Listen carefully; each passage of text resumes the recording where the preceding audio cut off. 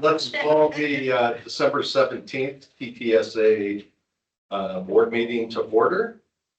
And with that, Rochelle, roll call, please.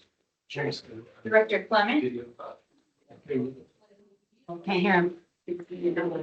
No, yeah, We can't hear you, Bert. I think you're mute. No, I'm muted. We need to get this real quick. All right. Okay.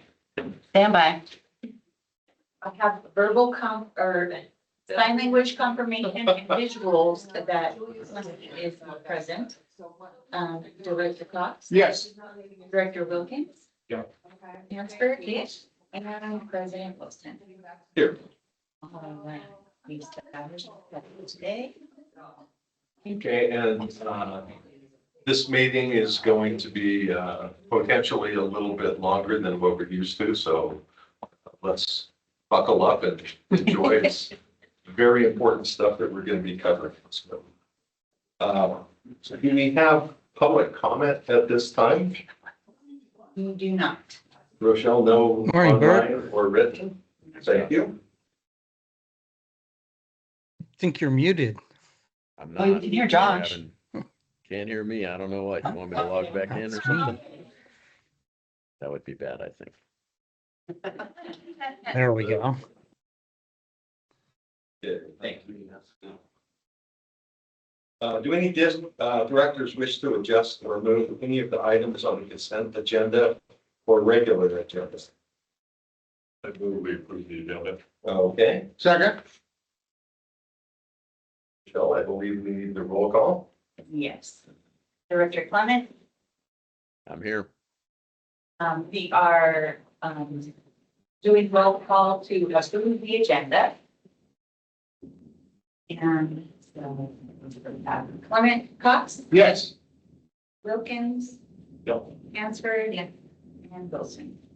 Yes. As we move through the agenda today, we will take a recess after the regular agenda item 6-2 to conduct a meeting for the Tahoe Truckee Sanitation Agency Financing Authority.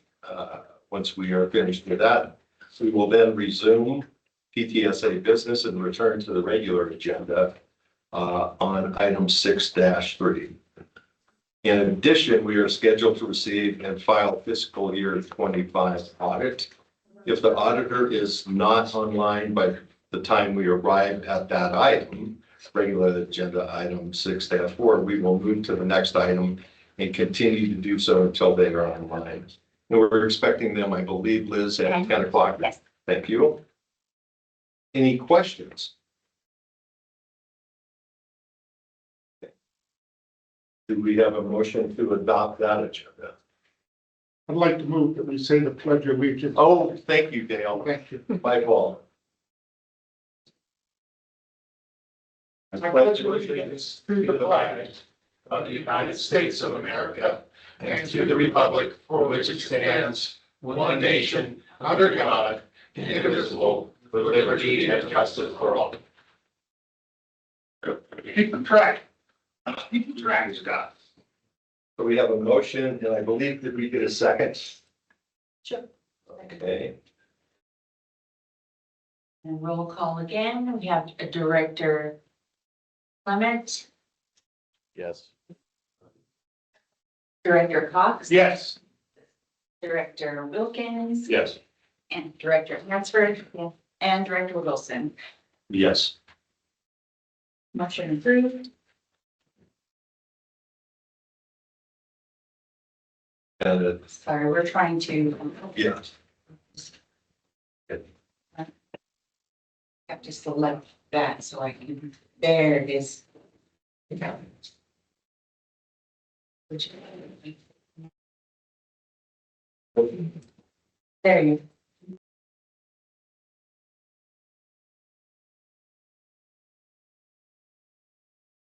Let me get it.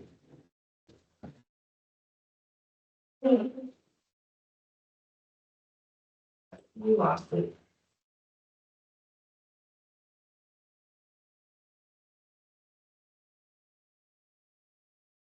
Thanks, Scott. Can we get with it? Yep. Stand by for technology. Stand by for now. See the website. Should be on professional achievements. Yes. Jason, I think, is the one that's going to present. I will be handling that. Yes. For your patients. So as you guys know, we'd like to recognize the staff here when they've reached important milestones, when they've been promoted, or when they have gone above and beyond or achieved a required certificate. And we also like to acknowledge those that participate in our safety program by making suggestions. So committee goes over those, the GM ultimately approves. And those people are awarded a couple hours of admin time for their suggestions. So we'll go through this. Unfortunately, Kristen Davis, our lab director, is out late today, but she did achieve her grade 4 laboratory analyst from CWEA, which is the highest you can achieve in that particular range. It's something that we require of the lab director here at TTSA, and it's a bit of a challenging test. I can attest, that's the one I got. So congratulations to her. She did it was kind of a time crunch, and she managed to get in with the testing cycles and got that passed. So we have some safety awards. Jeff Navarrete, who we refer to as Nabby around here. He submitted a suggestion to install some overhead D-rings on the ceiling for the D9 sump pump, and I believe that's for in-place fall restraint when you're working on the system rather than having to put a temporary gavin up. And Herbie Hodges provided some recommendation to purchase a new plow. He came from Caltrans, so he's pretty well versed in those things, and he recommended we get a plow that has a spring-loaded mechanism so that if you hit something rigid, it doesn't damage you or the vehicle. And so that was an easy one to award. And then because it's the end of the year, we're going to do this at the staff appreciation meal tomorrow as well. But I just wanted for the board and for the public to recognize some longevity awards of folks from this past year. Michael Peake with his 30-year recognition, Bill Pindar with his 25 years, and Matthew Nitz with a 10-year, and Tanner McGinnis with a 5-year. And I think it speaks a lot of good things about the agency that we have folks that are hanging out 25 and 30 years, and they're still valued people here at the TTSA. So just a quick round of thank you for all of those individuals and all the service that they've put in for the agency. Thank you. Mike, is there anybody that's been here longer than you? I'm the old one. Wow. 30 years, that's impressive. Thank you for your service and great job. It's really been a pleasure. I've enjoyed my job the whole 30 years, so. Really is. We're looking forward to another. 30 years. Yeah. I don't want to make any, Associates. maybe 25. Great. So on the plow, have we ordered the plow for this skid steer? Paul, who would be the man in the know, has a tremendous flu today. So, Okay. Brian, are you aware of us having ordered? For the safety suggestion, we have not. Okay, yeah, so that's forthcoming. Okay, great. Thank you. With that, let's move on to the consent agenda. Approval of the regular board meeting minutes for November 19th, 2025, and ratification of payments of general fund warrants for the month ending November 2025. Any questions from the board of directors on the consent calendar? Move approval. Second. Okay.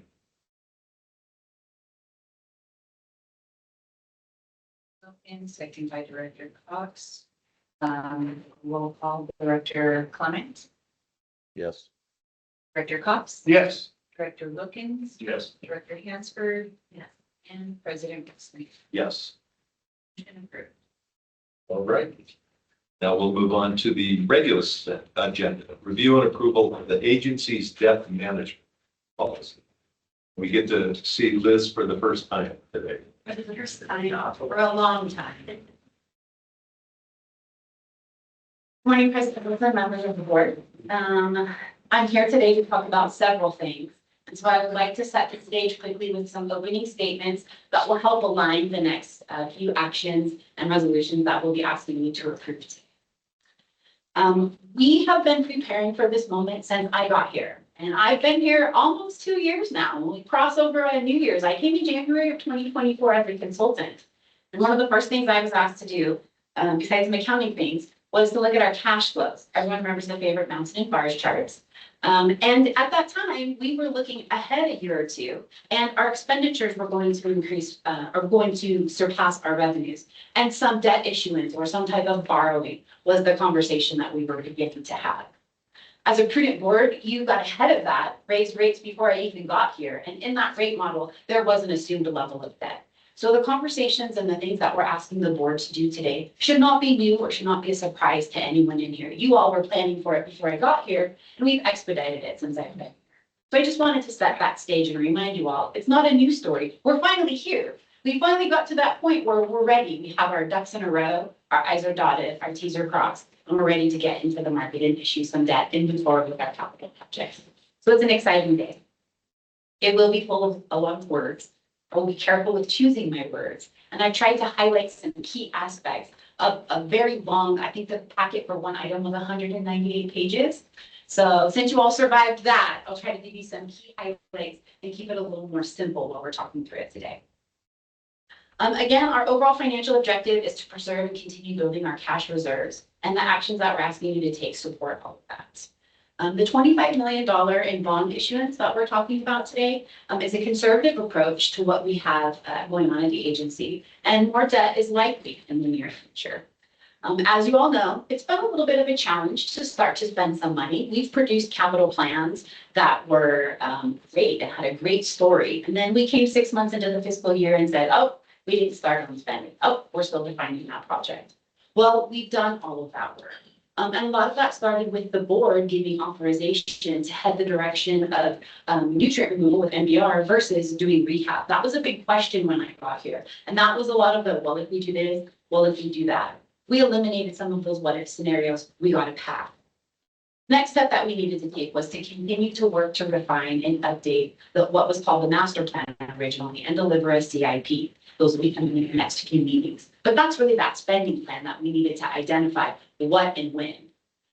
There's also some legal documents that support that needed to be updated. And those are some of the policies that you see before you. And the first one that we'll talk about being the debt management policy. But before we jump into that, I want to remind you that the agency has ample capacity to take on this level of debt currently. We have signed up with contracts with Brown and Caldwell related to the digestion improvement project and with Carollo Engineers for the nutrient removal improvement project, which has a kitchen name coming soon. So stay tuned for that one. But we have over $25 million in committed contracts to that. We have almost $50 million in that. So taking this $25 million step right now gives us, one, a chance as a board to issue debt and learn what that feels like once we hopefully approve it at JPA and get a financing authority. It also shows us all of the mechanisms and the things that needed to come together to get us to this point. And that's why I say future debt issuance is likely. We know we have a bigger bill than what we have actually. We're recommending that we issue debt for now, but we need to prove that we can spend that in the next 36 months. Let's see what else. Oh, to add to the ample capacity, our outstanding debt will be paid off by July 1, 2027. And the new debt payments or the debt service payments on this $25 million debt issuance before you today is about $1 million less than what we're paying now. So we can have the capacity to pay that. As I mentioned a few moments ago, the rate model that exists right now was Prop 218 approved rates did also assume some debt. So we're not here asking to raise rates right now so that we can issue this debt. It's all included in our current rate.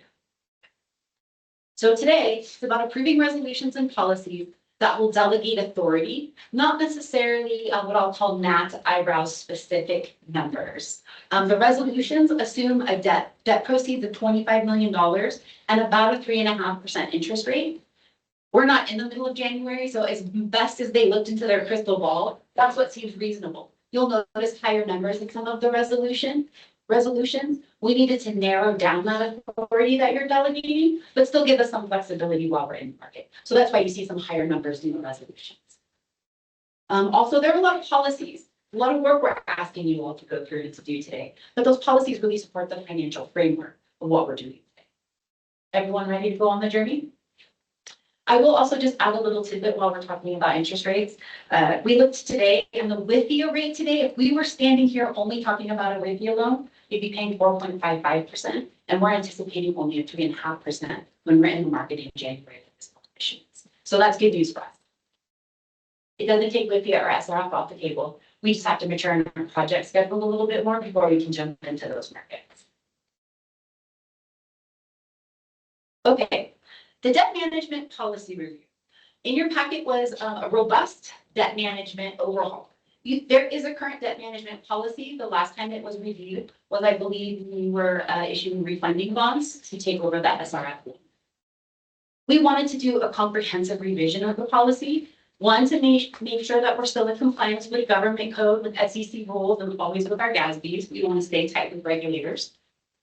We wanted to support long-term capital planning, enhance transparency in governance, and help to maintain our strong credit rating. Pause, I have news.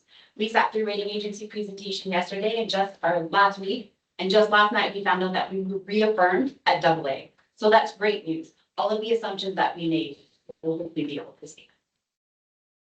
Let's see.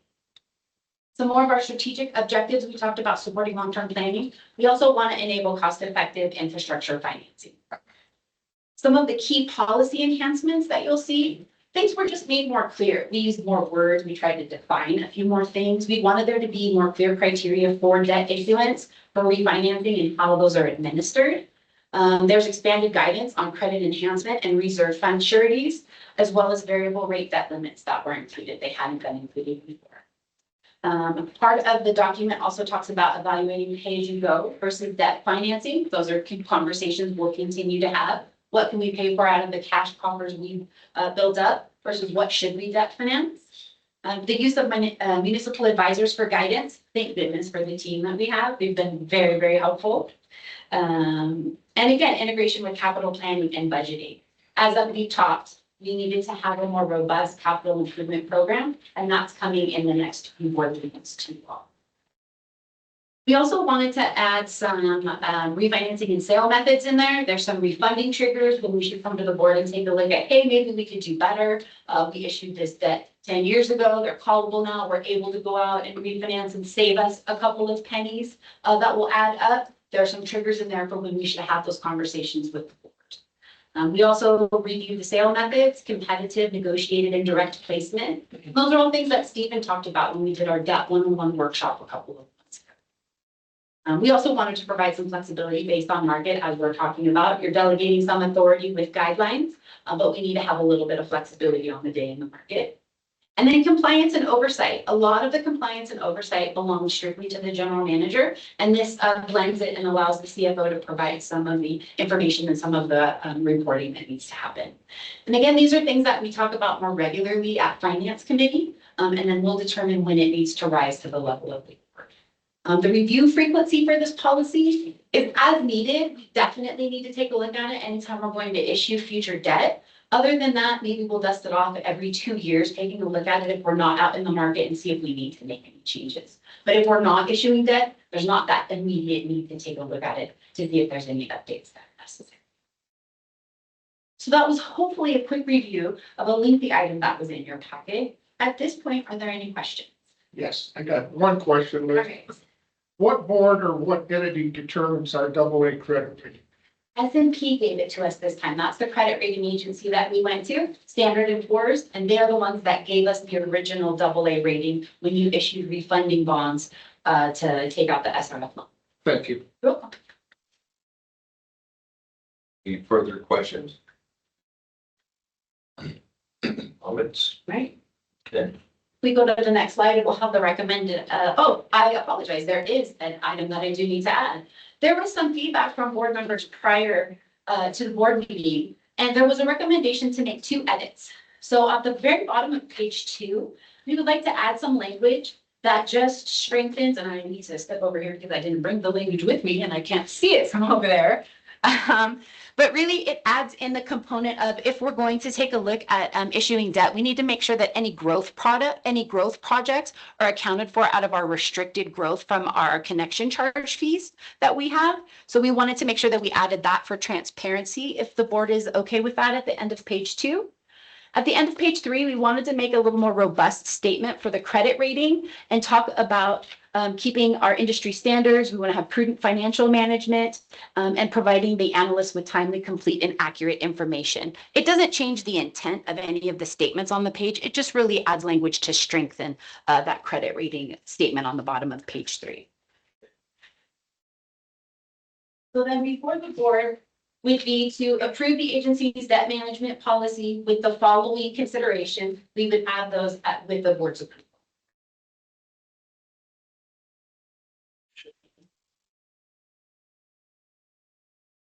I'm ready to make a motion, but Jen, did you have a question? No. Oh, okay.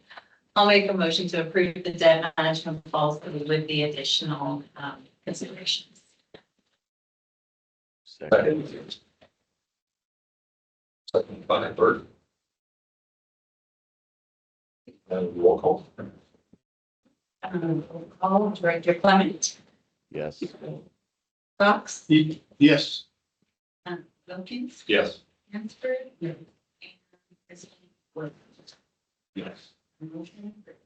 And Liz, I just want to thank you and your team and the gentleman in the audience for all the hard work that you put in.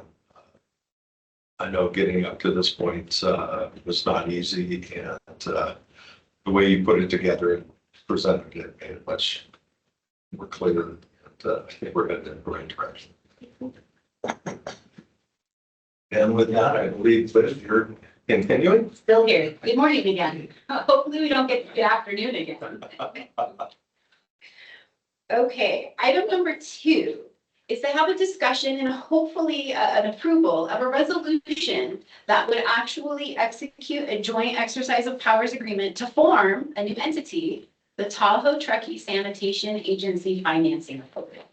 Again, a big item, but something we've talked about in this room before. For the mechanism for TTSA to be able to issue new money bonds is what we're calling them, because we're not refinancing any existing debt. This is one of the mechanisms that we need to do so that we can go ahead and issue that debt.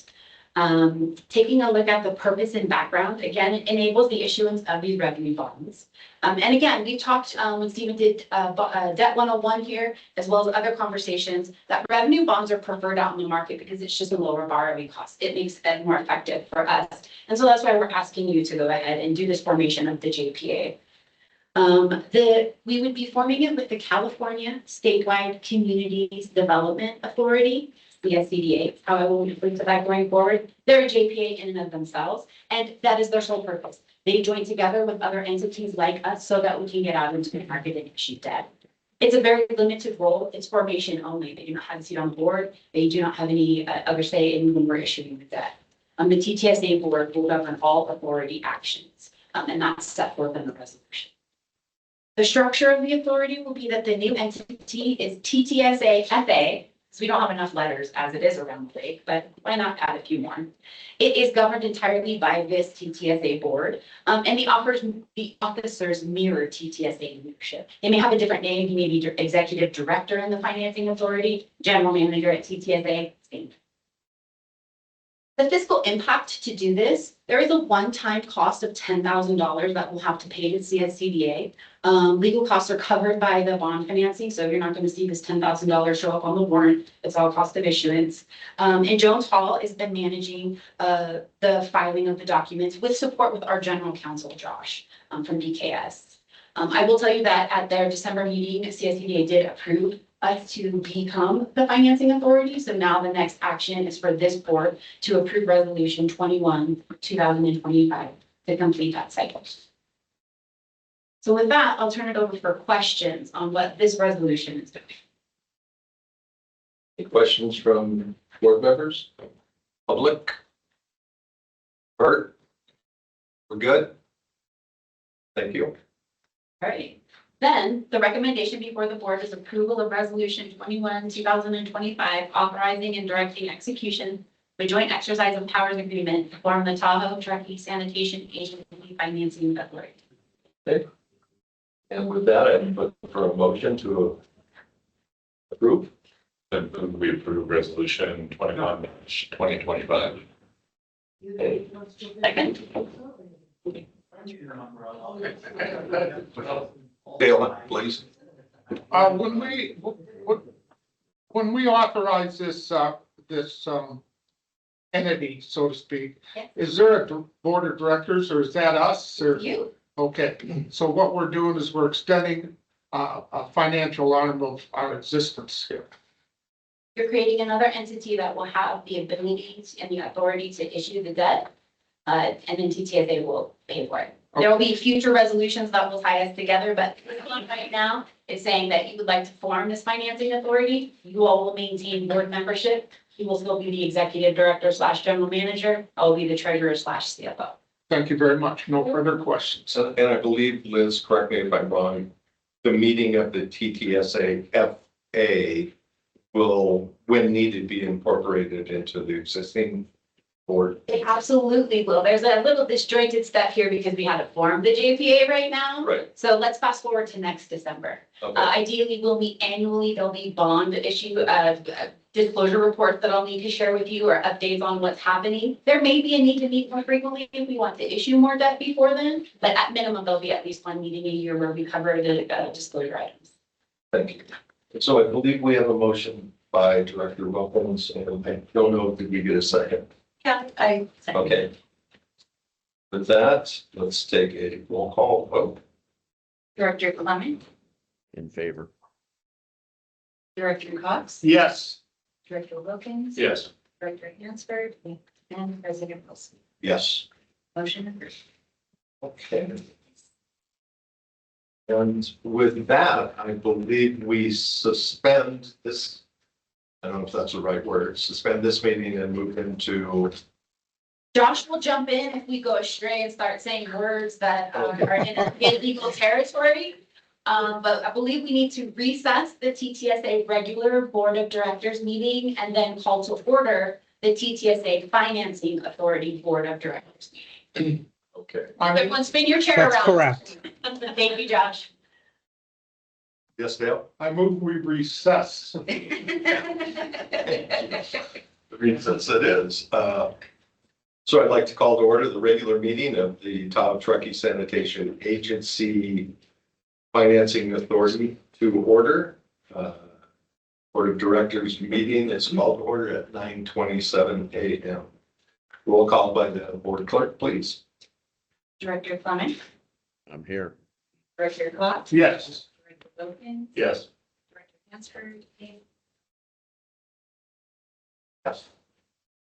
And with that, we will move on to the public comments. Does anyone wish to make a public comment on the item that is not listed on the agenda? Nobody, so let's move on to the regular agenda, and I believe, Liz, please. good morning again. It's still me. We wanted to make the first regular agenda item, since it's a new board and it's a new meeting, even though you don't feel any different than maybe you did a couple minutes ago. I wanted to allow for any questions that the board may have on the financing authority. Again, we've talked about why there was the need to form this, just approve the resolution of the TTSA board to deliver us here, and here we are. We do have 2 actions after this item, but before we get to those, are there any questions or comments that the board has? I'll take it. Okay, All right, that was a discussion and information item, so there was no need to have an action for that. Do you want to advance a couple slides for me? This is your first action as the TTSA FA. I have to really slow down with that. It's going to get a bunch of time. It is prudent that this new board that we have just formed, give its general counsel. You need to have some solid advice. And it is a staff's recommendation that we continue on with our agency's general counsel, because Josh has been on point for us for a while now. And so we would like to take the action of appointing the agency's current general counsel to serve concurrently as the general counsel to the authority. Josh, do you have any comments to add before we turn it over to the board? Other than I'd be honored.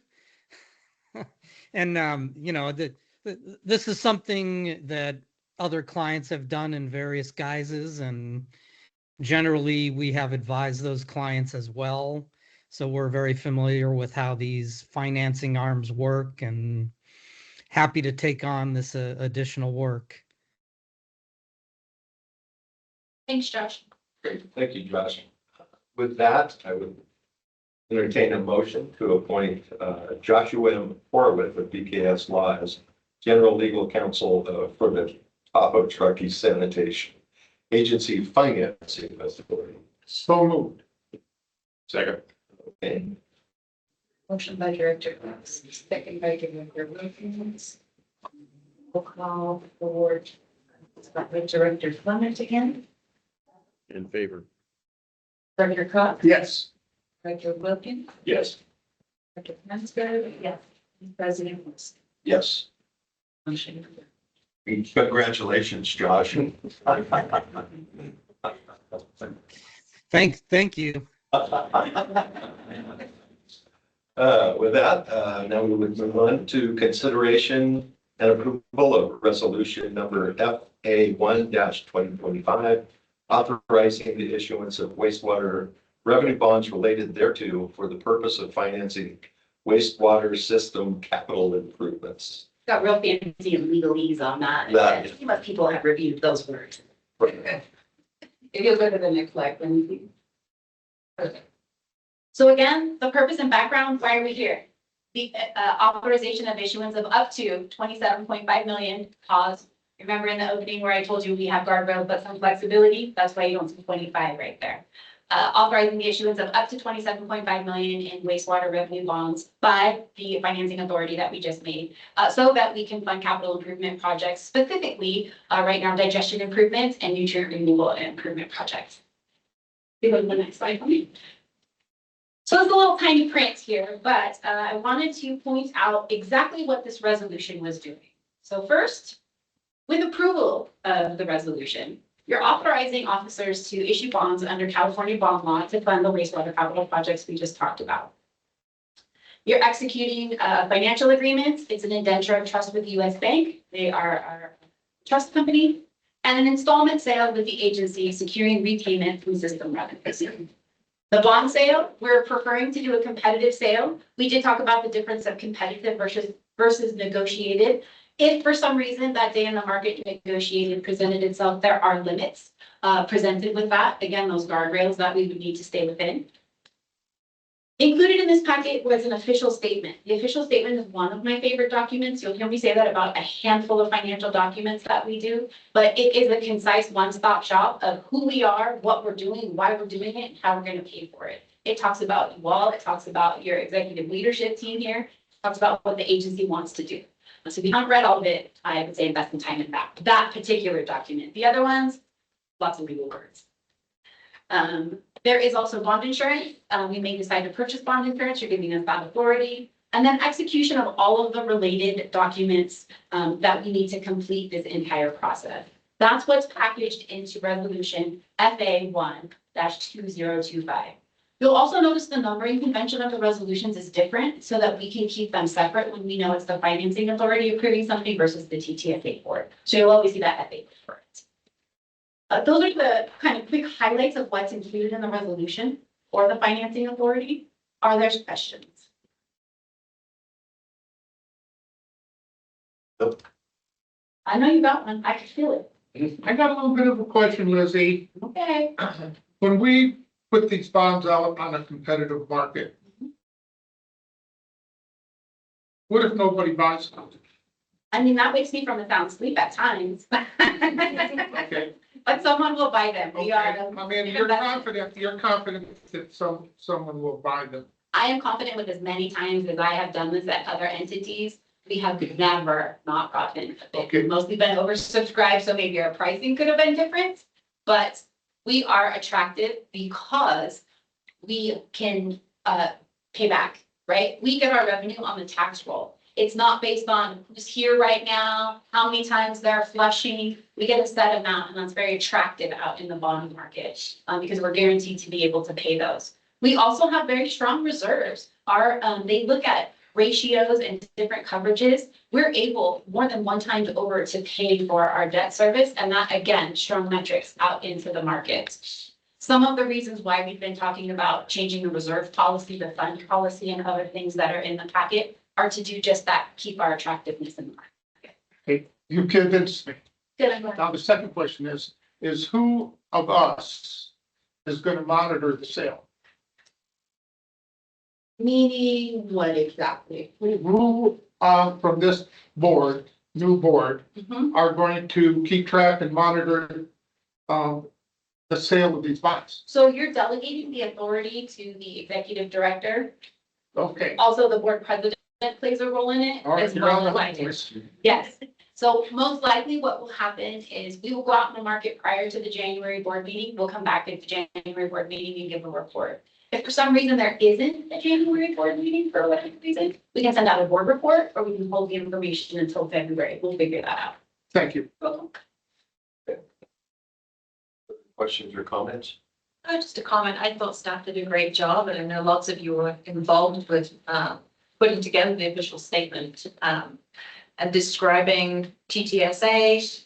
And to me, that document came across very strong. I thought we were in a really good position.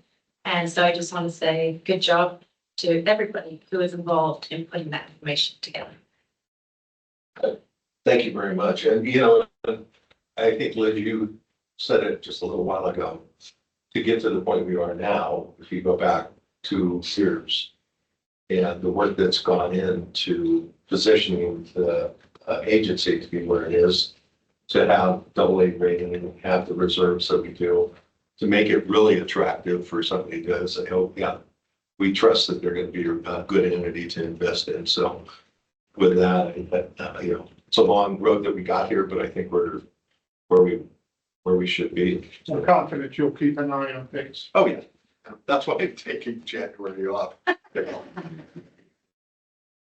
Okay. With that, I guess we need a motion. Is that correct? That's where we're at. So moved. Second? Yes, I second Dale's motion to approve resolution FA 1-2025. You. Director Fleming, Yes. Director Cox. Yes. Yes. Bird, yes, and President. Yes. Motion approved. Okay. And with that, do we have any further comments from board of directors or public? Okay. So now, Josh, I'm going to try to do this correct. We will now adjourn the meeting, the TTSA FA meeting Yes. of December 17th at this point, and resume the regular board meeting of December 17th, 2025. Perfect. Okay. At 9:30. Yeah, that was a quick board meeting, 10 minutes. Nice job, financing authority. We should all get together more often. Get it together and get it done.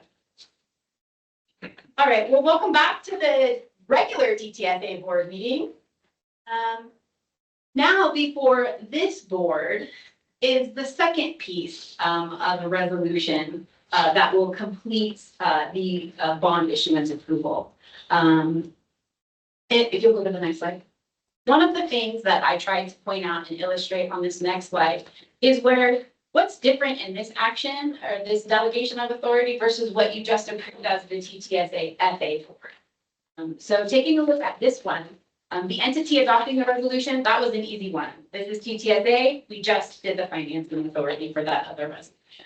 Again, the purpose remains the same, except the TTSA purpose is authorizing the financing authority to issue these bonds and entering into the financing agreements, where the financing authority was the actual agent.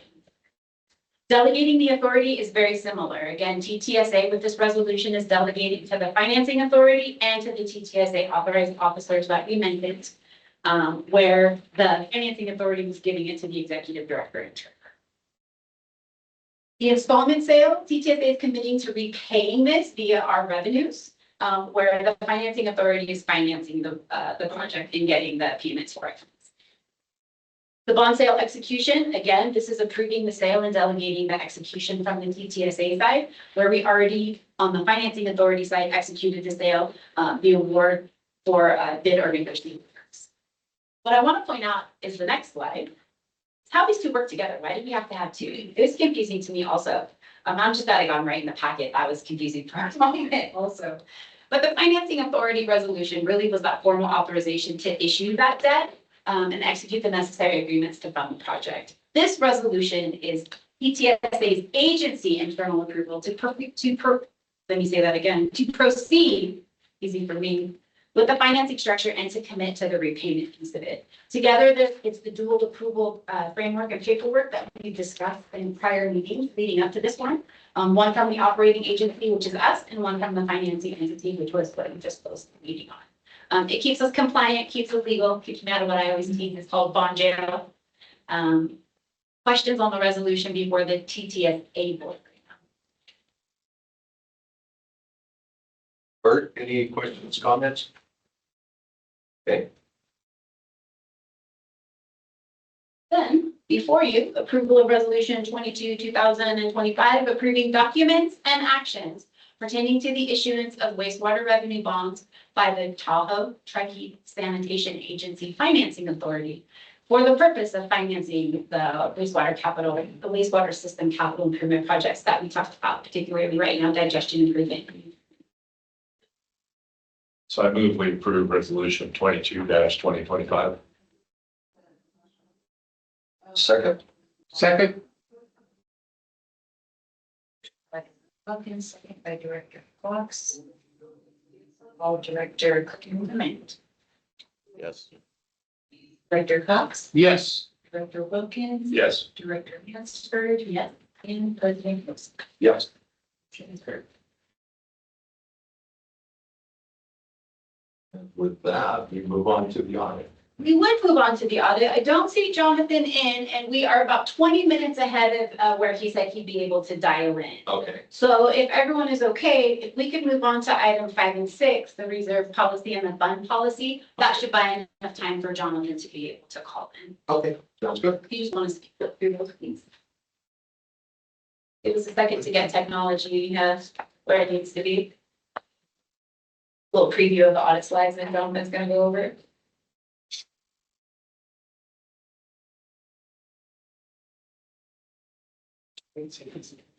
There we go. I had that same thought, but I embedded it in my boring black and white presentation with his animations and colors. I was like, wow, mine must be even more boring now. Improvements can come.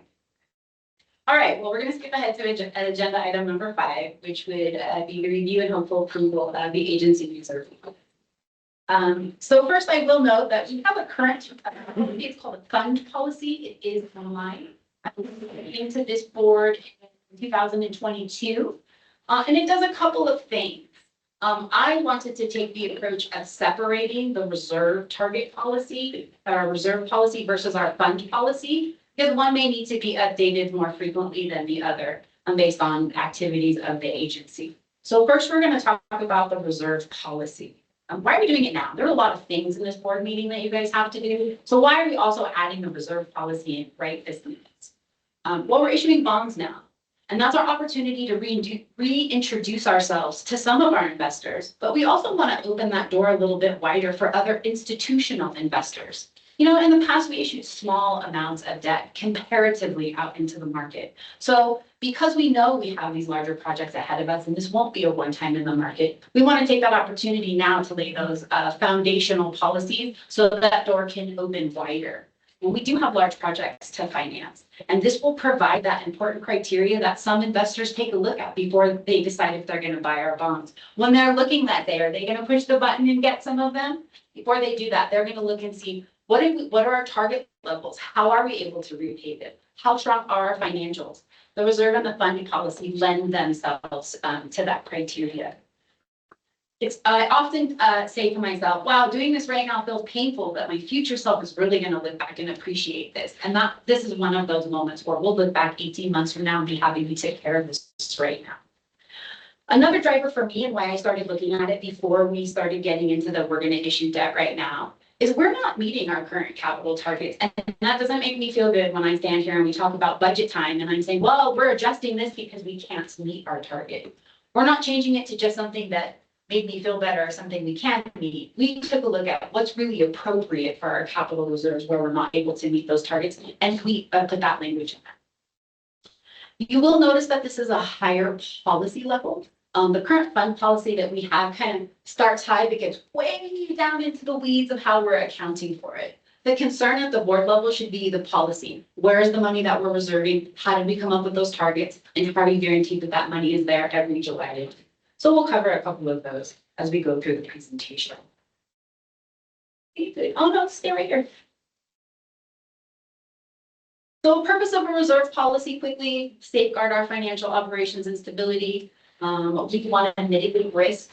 Sometimes things happen and we don't have the ability to raise rates immediately. There's a process related to that. So that's why we have reserves and we have targets to make sure that we're able to meet all of our needs. It's been a few months now, but the finance committee actually started on a journey, and Stephen was the one that started with it, and we did a reserve policy study. We took a look at over 32 different agencies in the state of California, some like us, some bigger than us, some a little bit smaller, and we really studied what their reserve and fund policies had to say. We picked and choose what we liked. We tried to see if what we liked fit for our agency, and in some areas we went, wow, this is a great idea, and we didn't have that. So we definitely want to be some placeholders for some reserves like that. So a lot of thought and process went into this. And I think the finance committee has seen it no less than at least 4 or 5 times that we've talked about iterations of this. So I say that so you all know as the board that this has been vetted several times over. Some of the key updates to this policy, it's a little more structured framework for managing what's happening here. We define reserve categories a little bit differently. There's still an operating reserve. Currently, we have about 60% as our target. We up that to 65%. Here's why. We go at least 6 months without receiving cash because of the teeter payment, the way taxes are structured. But on July 1, we have to pay our insurance, almost at like 98% of our insurance bill. And we also have to pay our UAL payment. So that 65% equates to those things. So that on July 1, we know we can roll through January confidently without having any additional revenues come in and still be able to meet it. The capital reserve, it's a slight change. We want to target 100% of the average annual capital outlay over 5 years, net of anticipated external funding. That was a lot of work. What does that mean? That means when I stood before you at the budget time and I showed you table 18, and I said, oh my gosh, Fund 6 doesn't have enough money to meet their target because the target would be like $35 million. Well, that's because there's a $20 million project sitting there in year 1 and 2 that we're going to fund outside of it. So for this target, we'd be able to take that out. These are charts that you'll see that will come to you as part of the CIP analysis. One way to show you can we afford the 5-year CIP is to show you the impact on our reserve targets. That's not something that's been delivered at the board level before. I think you can look at the staff level. So it will be a new chart, will be new territory, and we'll cover that when we get to it. But that's one of the main differences that are coming. The emergency reserve, we left it fixed at $4 million. We'll continue to do analysis going forward, taking a look at is that $4 million the right amount compared to what we have insurance for? Are there any other, what are the other triggers that would cause us to want to put more money in there? We've defined how we can take money out of there, but we left that fixed at the $4 million that it is today. Then we introduced this new category, unassigned or undesignated reserve. And that's where everything else lives. In your reserve funds, you put your target on July 1. I will show you as part of the budget. Hey, here's the transfers that will have to happen in accounting in order for us to meet these reserves. All the other money goes over here into this unassigned bucket. It's not free. You can't just give it out willy-nilly. But when maintenance has something break that wasn't anticipated in the budget, we can go, oh, our reserve targets feel good here. Do we have money available in this undesignated, unassigned pot that we could assign to that? Again, it's a new fund concept or reserve concept to the board, but as we inch towards the new budget year, you'll see some of that come together, and we'll talk about some of what the new charts will look like for that. There's 2 placeholders in here, and one of them is very near and dear to my heart, the vehicle and equipment replacement reserve. I left a placeholder for that because we do have an ongoing need to replace equipment. What we need to do is get a better schedule of when did we buy it? When do we need to replace it? How much will it cost? And how are we going to fund it? We surplus sale a lot of things here. What we want to get out of the business of is, oh, I need this, go sell this, and then I'll use that money. Hey, we'll surplus something in this year. It will sit in the reserve fund. And then in 2 years, when something we know we need to buy, the money's sitting right there for it. We may also come to the end of the year and have what I call positive financial results. We're able to meet all of our targets and have all of this money in our reserve. Maybe we'll take some of this undesignated or unassigned money and start to build up our reserve. Same thing for a debt service reserve. It would be foolish of us knowing that we're headed into this large capital expenditure world without at least having a placeholder for it. Sometimes based on levels of issuance, you have to have a debt service reserve. Meaning if everything hits the fan and you run out of money, we know you have this secured over here to go ahead and make your debt payments. We're not in that world and it's not required right now, but it's something that we want to be mindful of and I wanted to introduce. Before I move on to kind of the governance and kind of the housekeeping items of it, are there questions on the reserve categories that we're introducing or some of the changes that we're making? So just a quick question. So, of the 100% of the CIP, that reserve, you said that was the average annual. Average 5 of the 5 years. So we'll take the 5 years, add them together, divide it by 5, then take out anything that we anticipate funding outside, and then that will be our reserve target. And that will be the chart that will be presented with CIP and then refined at budget time. Yeah, and then one more question. Sure. So with this bond sale, does this bond sale not, it does not require a restricted year of, Correct. yeah, okay, thank you. That was gonna be, I hadn't issued debt and had to have that requirement yet. Any further questions? Okay, so other items included in this reserve policy that we didn't see in the current fund policy is some more of the governance and administrative procedures. We clearly identified when we draw and how to replenish it. The replenishment factor is extremely important to me. Again, there will be times to draw on it. It's how we get that money back in there that keeps it important to outside investors. We've also talked about the investment strategies. One thing that will come back to the board later in a few months will be an overhaul of the investment policy that we have. And so we may be able to find ways to have our reserve money make a little bit more money for us. There will be quarterly and annual reporting to Finance Committee and the board. Again, more conversations at the Finance Committee level, at least annually we'll give report outs. It's usually associated with the budget timing, maybe in between CIP and budget timing. And that'll be a time for us to look at the policy and see if we need to make changes. Overall, trying to make these changes, the impact to the agency is that it's just going to enhance our financial resiliency, makes us, it proves that we have the ability to manage our cash flow. And again, the concern of our investors going to want to buy our debt. Yes, because we have all these policies in place, they know how secure our cash management is.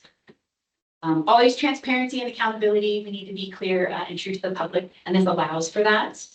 It also supports the strategic planning that we're trying to get that 5-year CIP, someday a 10-year CIP. It aligns all of that.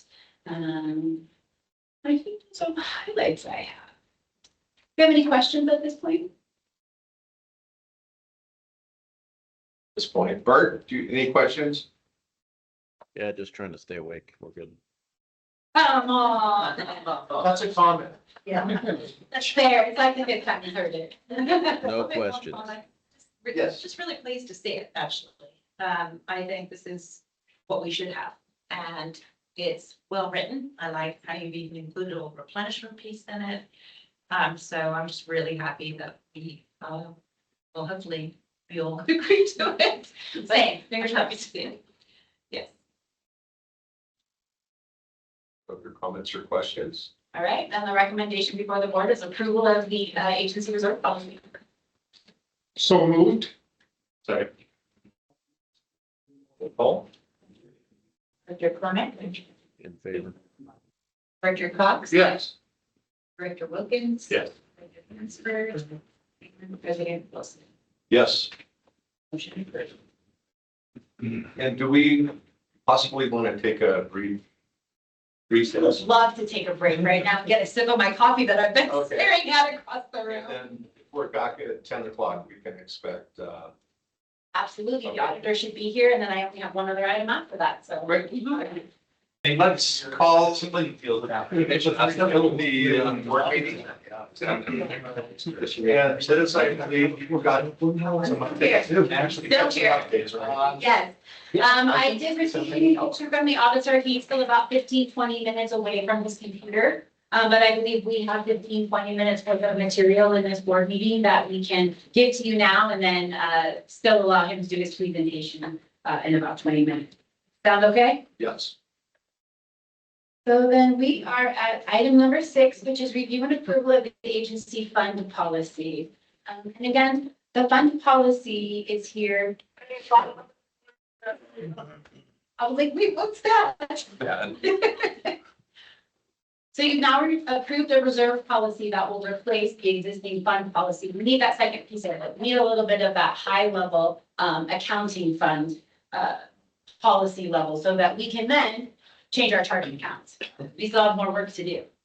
But the fund policy is designed to complement the reserve policy by establishing a clear and accountable framework for structure, purpose, and management of financial funds. Lots of times you hear me say things like in Fund 10, in Fund 2, in Fund 6. I would like to stop saying those things here and talk more about our operating fund and capital fund and get out of the accounting vernacular here. Accounting vernacular happens in the office outside of the boardroom. We want to keep it here at the policy and at the fund level. So that's really what this policy is designed to do. And it ensures that each reserve is supported by a designated fund so that we stay transparent. We are able to do financial planning. And again, we stay in compliance with the GASB standards, so I don't have to go to GASB accounting jail. Although I imagine that would be a nice jail where like fluffy seats and nice food. Don't remember. So some of the key highlights. Again, we tried to align the fund structure with the reserve. So you'll see an operating fund, a capital project fund, an emergency fund, and an unassigned or undesignated fund. I also left in this language future funds for the placeholder reserves that we talked about. If we get to the point in time where we find a mechanism to fund a vehicle and equipment reserve, I'll come back and update the fund policy and add a funds to keep those reserve items separate. In short, from the reserve policy, the operating funds will have a target of the 65% of the annual operating expenses. And these will be proven on July 1, so these will be effective for that date. Capital project funds, when we're looking at the fund here, we're going to combine Fund 2 and Fund 6. We're going to talk about project totals. It will matter less to the board conversation what accounting fund they're in. You'll hear me say things like, this will be coming from some of our restricted capital funds because it's growth and identified by those connection charges, or it's coming from our capital fund because that's where we're funding all the rest of the projects. It makes it a simpler conversation and a more transparent conversation. We're talking about total project costs versus just looking at this piece plus this piece. The emergency fund, again, the target's $4 million. Hopefully we don't have to use that, but it's nice that we have it just in case. And the unassigned undesignated fund is where all the rest of that cash will live. From a fund management and oversight, again, the fund policy that was effective until you just approved the reserve policy was administered by the general manager exclusively. And this one extends some of that administration to the CFO so that I can prepare the reports, take them to finance committee, bring them to the board when appropriate.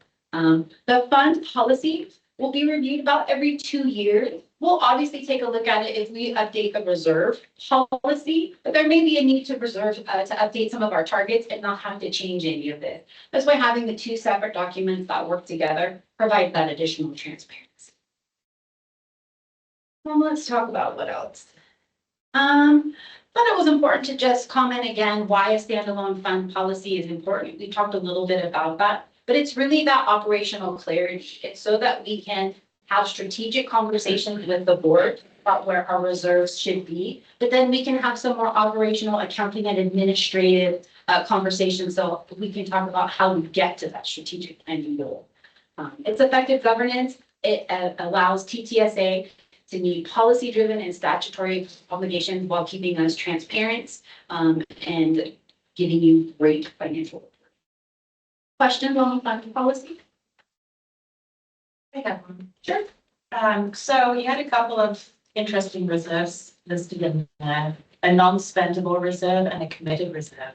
And I was just wondering if you could give us any kind of example of what those might be. So a committed reserve could be a restricted reserve where it's that growth, it's committed to something else. The board could say, we want to set a reserve and it's only for these types of things. That would also be a committed reserve. I don't have an example of a non-spendable at this time. but I will work when we bring this fund policy in illustration at the board, at the budget time to show you there's a budget item that I think would fall under that. Okay, that one just, yeah, I don't quite understand that one. Let me look right here. I have the policy right in front of me, so I can see where I wrote that.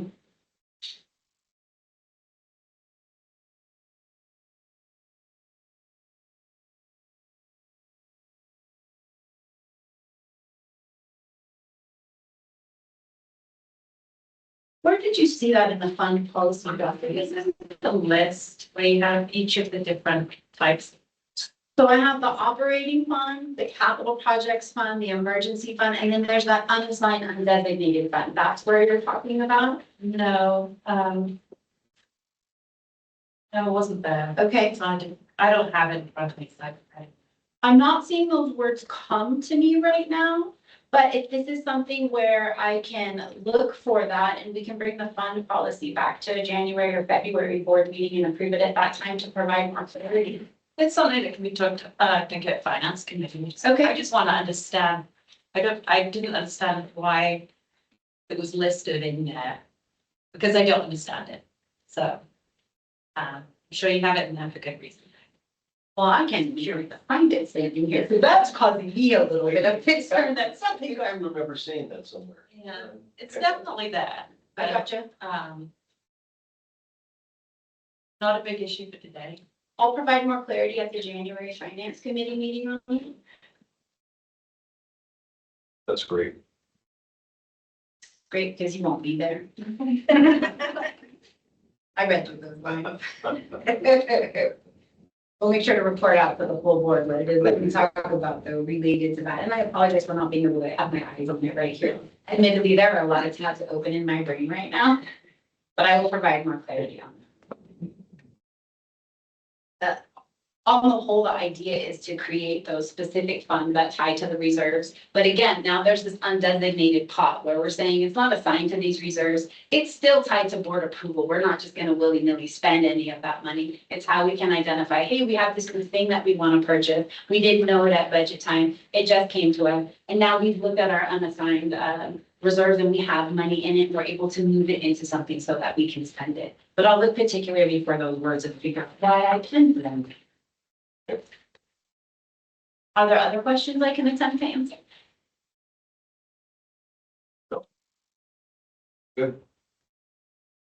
So I would move that we approve the agency fund policy that's been presented. We got a second. I'll second. Roll call, please. Director Fleming, Yes. Director Cox. Yes. Director Wilkins. Yeah. Director Hansford, yes, and President Wood. Yes. Motion approved. Well, it took me an hour and 9 minutes to get through 1.5 board meetings and several items. So thank you very much for the approval of all of these items. Our jobs just got a whole lot more exciting and busier. So thank you for all of that. We still, maybe there's an auditor. I see a JF in there. That's Jonathan Foster. All right. Okay.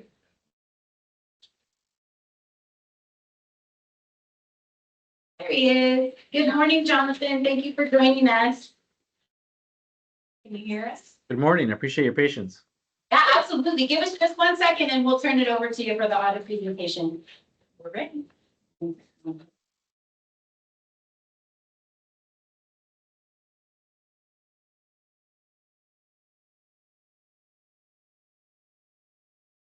Okay.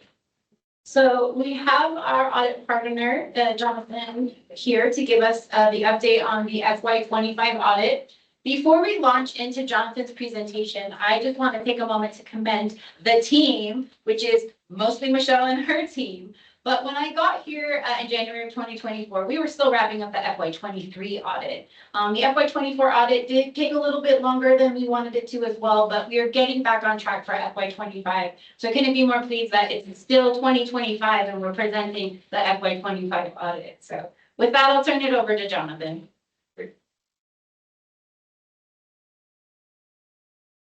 Thank you, Liz. I prepared a brief presentation to share some of the audit work and results of the audit. Let me go ahead and prepare Yep, I've got permissions. Yes.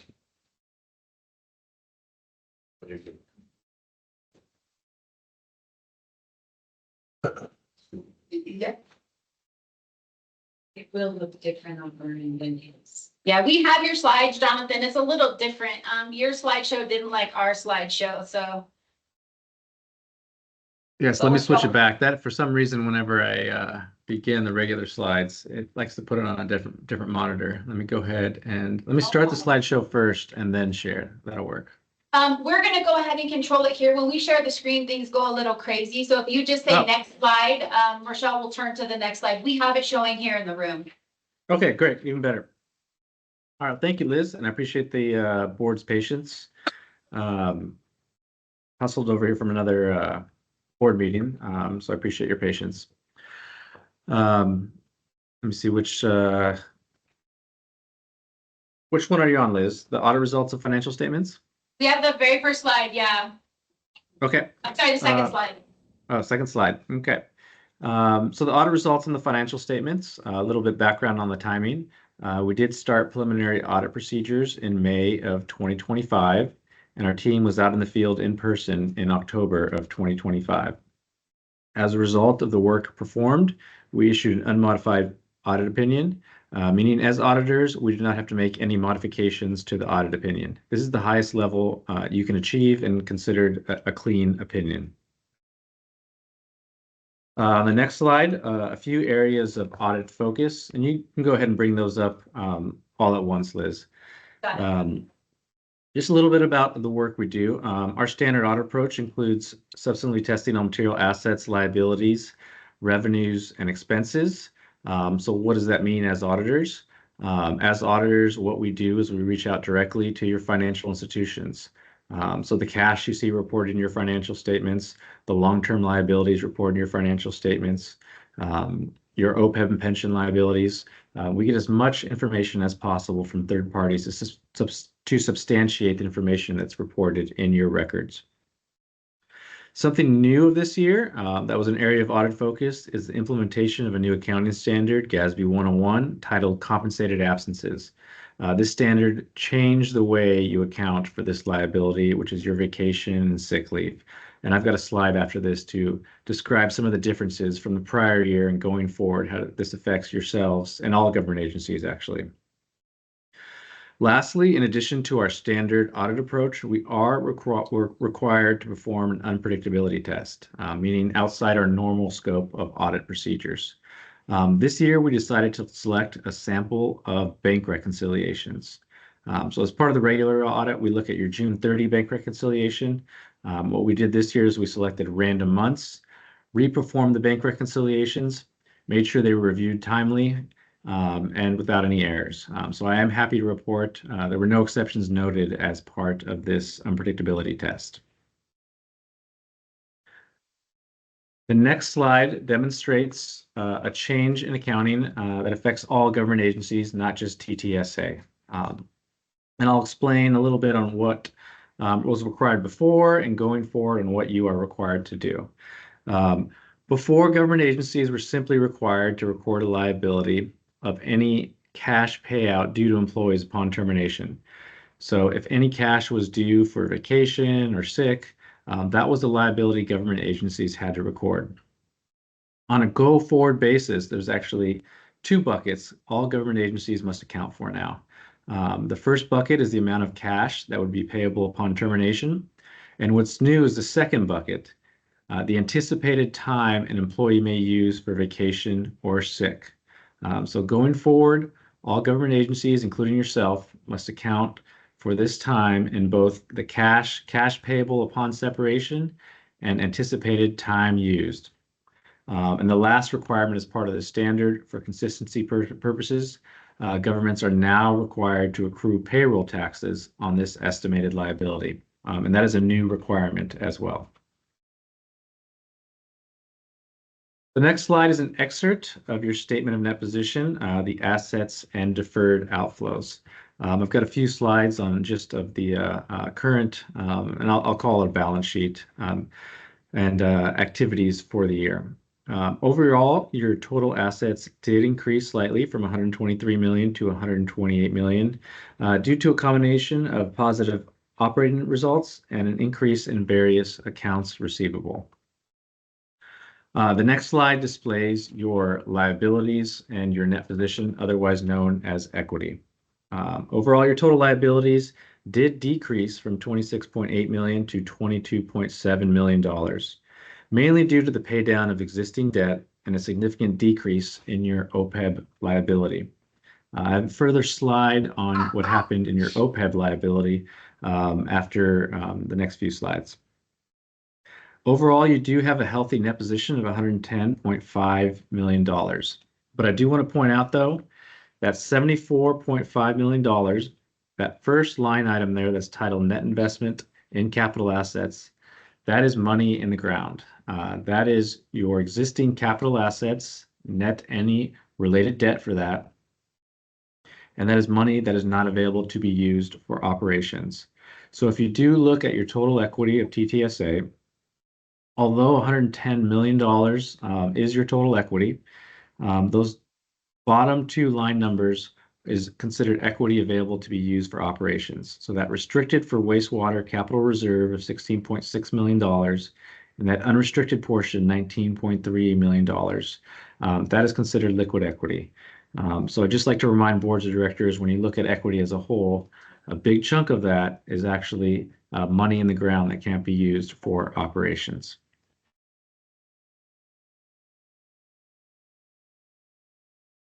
The next slide is your operating activity for the year, your statement of revenues, expenses, and changes in net position, otherwise known as your income statement.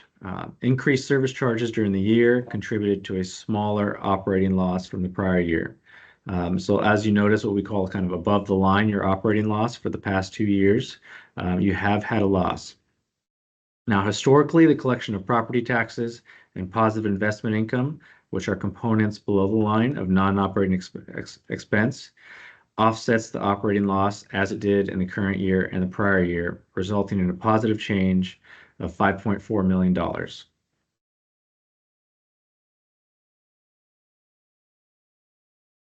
I did include a couple excerpts of some of your significant footnotes. The first footnote, sorry, did somebody have a question?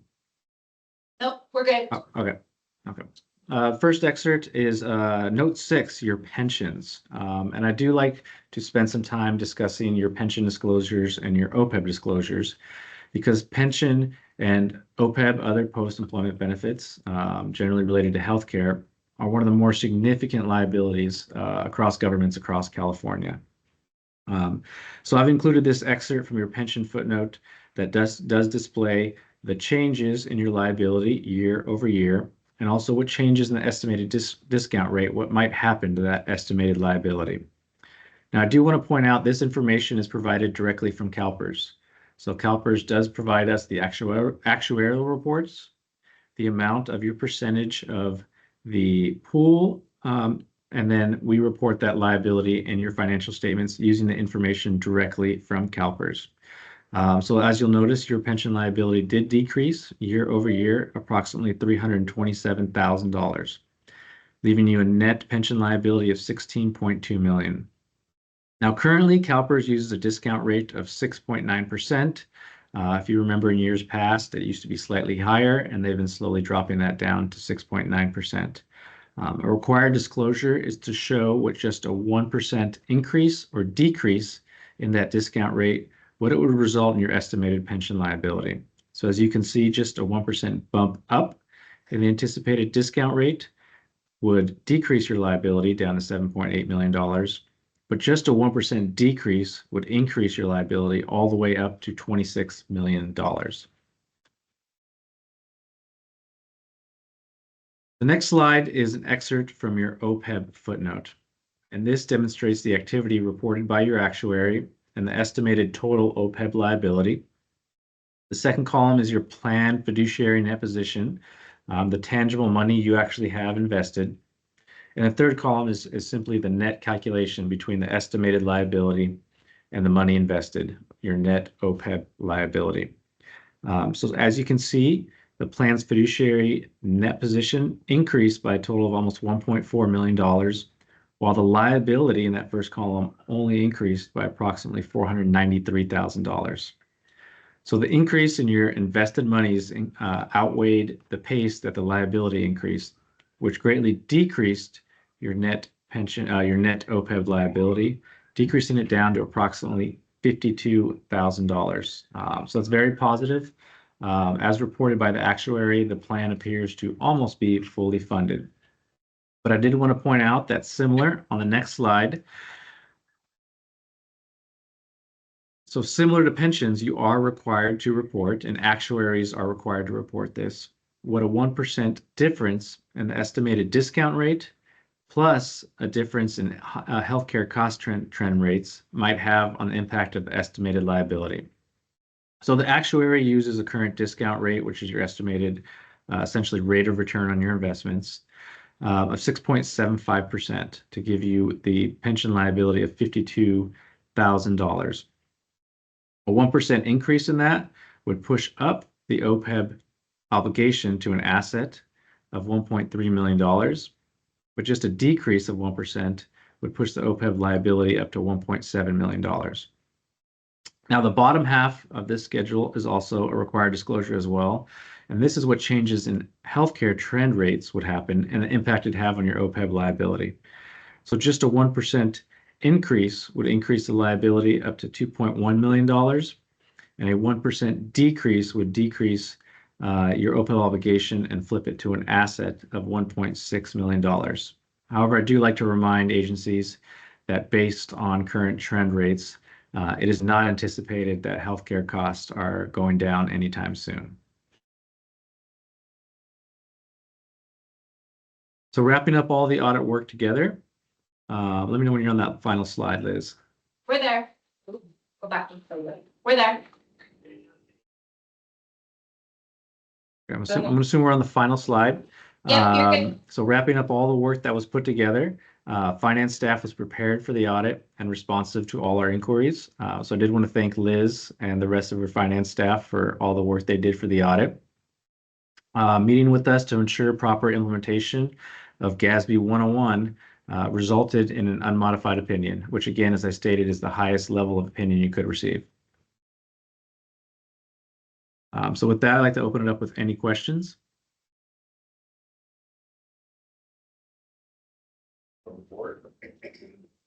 Art, good? Okay. And no questions, Jonathan. Thank you for making a virtual appearance and Here's delivering the our good boss. news. Mike. Oh, can you still hear us? I'm gonna assume no. It might You be can on hear me. I'm side. sorry, my volume went out. Let me try to adjust that. You want to go to the next slide? There's no questions, we can do it. Okay. So we've had the presentation from the auditors. The item or action before the board is to receive and file the annual financial audit for FY 25.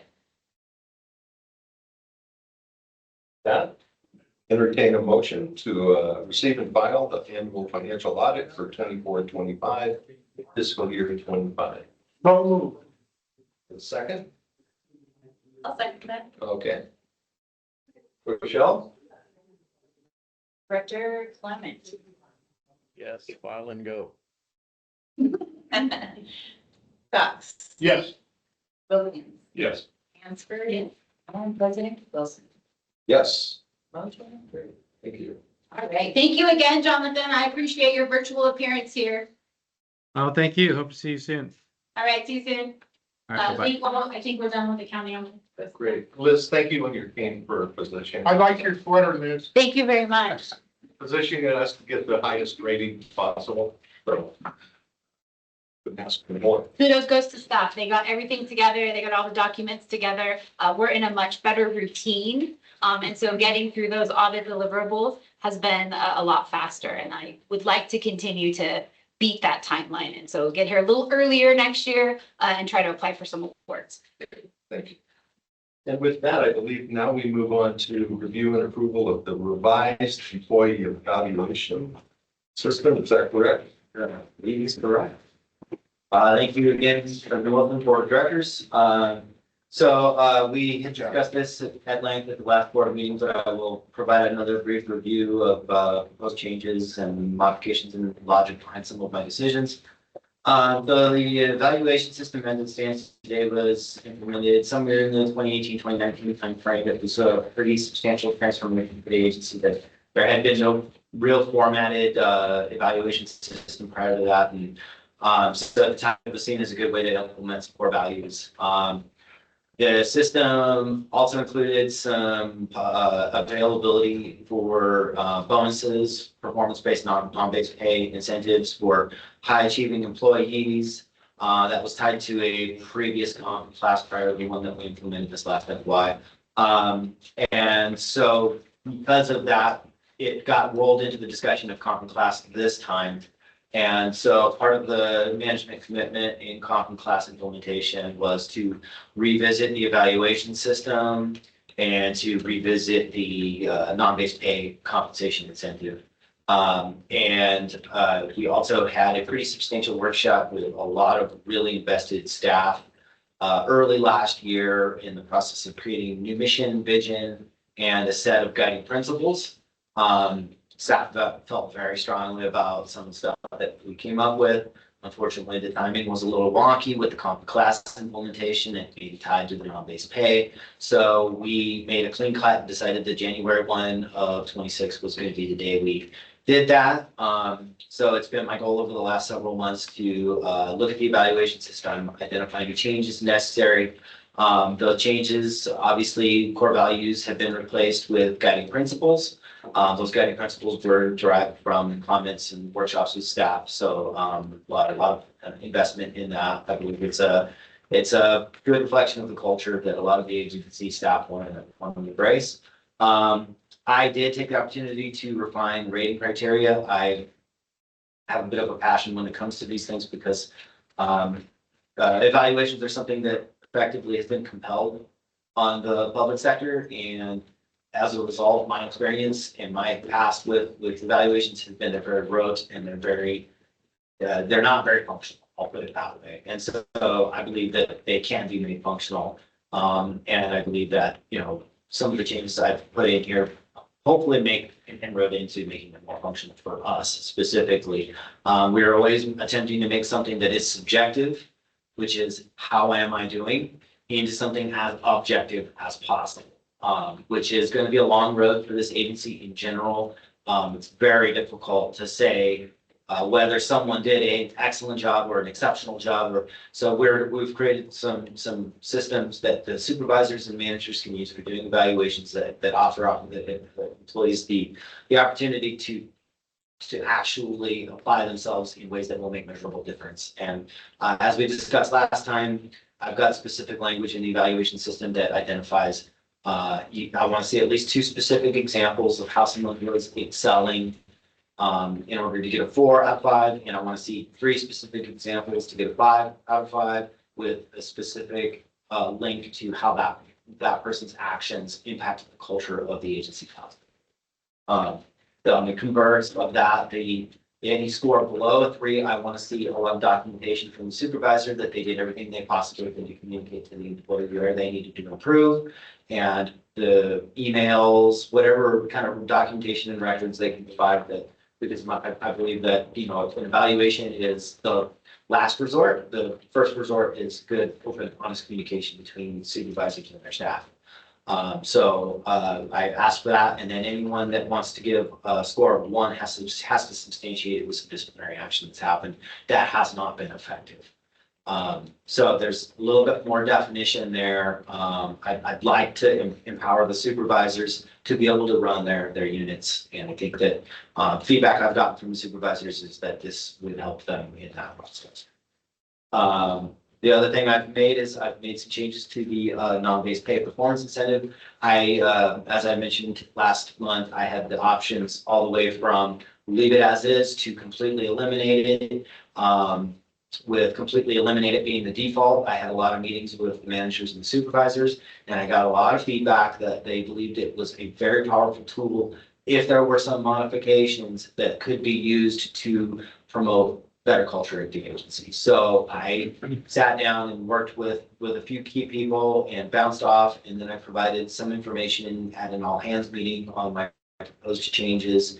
What I came up with was not eliminating the incentive, but having it exist in a prorated scale between 3.5 and 4.5. Sounds confusing, Director Wilkins. I incorporated a table that is kind of an example calculation. I hope that kind of, there's still going to be a calculation going on in the background, but I hope that the table kind of solidifies it a little bit better and makes it a little bit easier to understand, because it is, when you say that, it makes sense in my brain, but you know, on paper, it's making.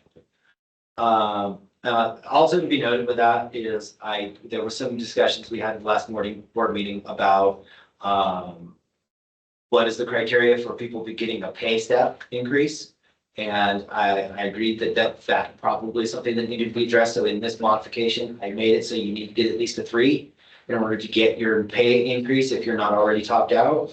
And I also added a provision that if an employee achieves a 4.5, that they would be eligible for 2 steps. One comment I got for feedback on this was to incorporate some language saying that those 2 steps would actually be issued by the GM on the recommendation of the supervisor. I like that language. I'm likely to incorporate it. So that will be slightly different from what you're seeing before you here. So there's those 2 modifications. I also got quite a bit of feedback that people really like that. Well, another comment I got was what's the story with the exempt employee eligibility? That is, so we have a very generous plan that we offer for exempt staff in form of 40 hours vacation leave.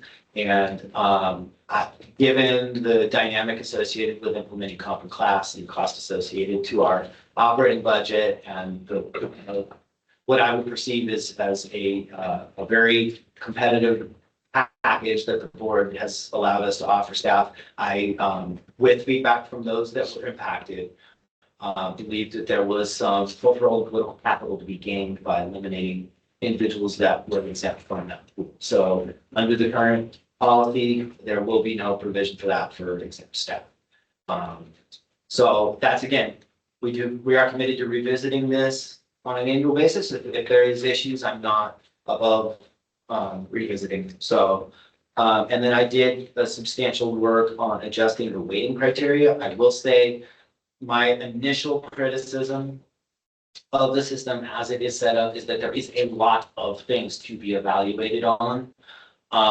That might be kind of a cut to round 2 kind of a thing. There's probably opportunity for consolidation of criteria. I believe that having too many of them sort of dilutes the pool a little bit, makes it more challenging for an employee to excel. And the weighting, I believe that there's an opportunity for a lot of really good logical thought going into the weighting. Good example would be if you're a line levels employee, I'm more interested in the quality and the level of your skill than I am in your supervisory responsibilities, because you're not a supervisor. Conversely, their supervisor, I wouldn't put as much weight on their ability to do the job as I would on their ability to lead the people. So again, I messed with the criteria, the weighting substantially. After today, assuming this is approved as is, I have a lot of work to do to go into the system and modify all of these weights as we move into the next calendar year. But I do have a strong feeling that this is a really good cut at using this as a cultural tool. So my recommendation is to accept the policy as written. Do you guys have any questions? I'm curious, who else was involved with this effort? Almost everyone, really. Yeah, I made sure to incorporate as many different people's, thoughts and opinions as I could into it.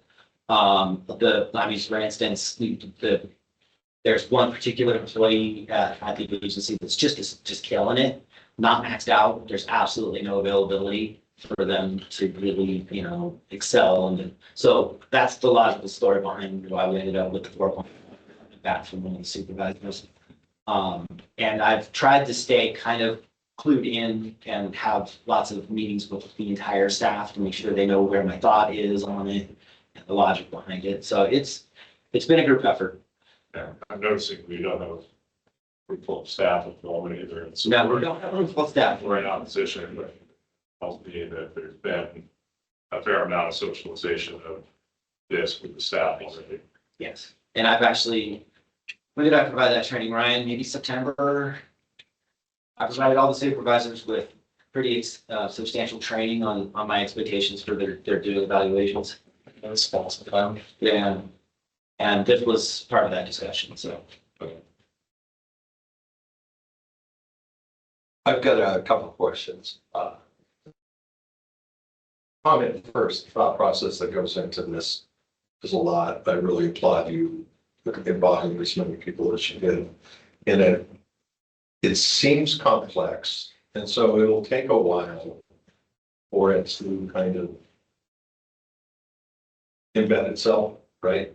But my belief is that once you get the entire staff aware of how they can not just benefit themselves, but benefit the agency.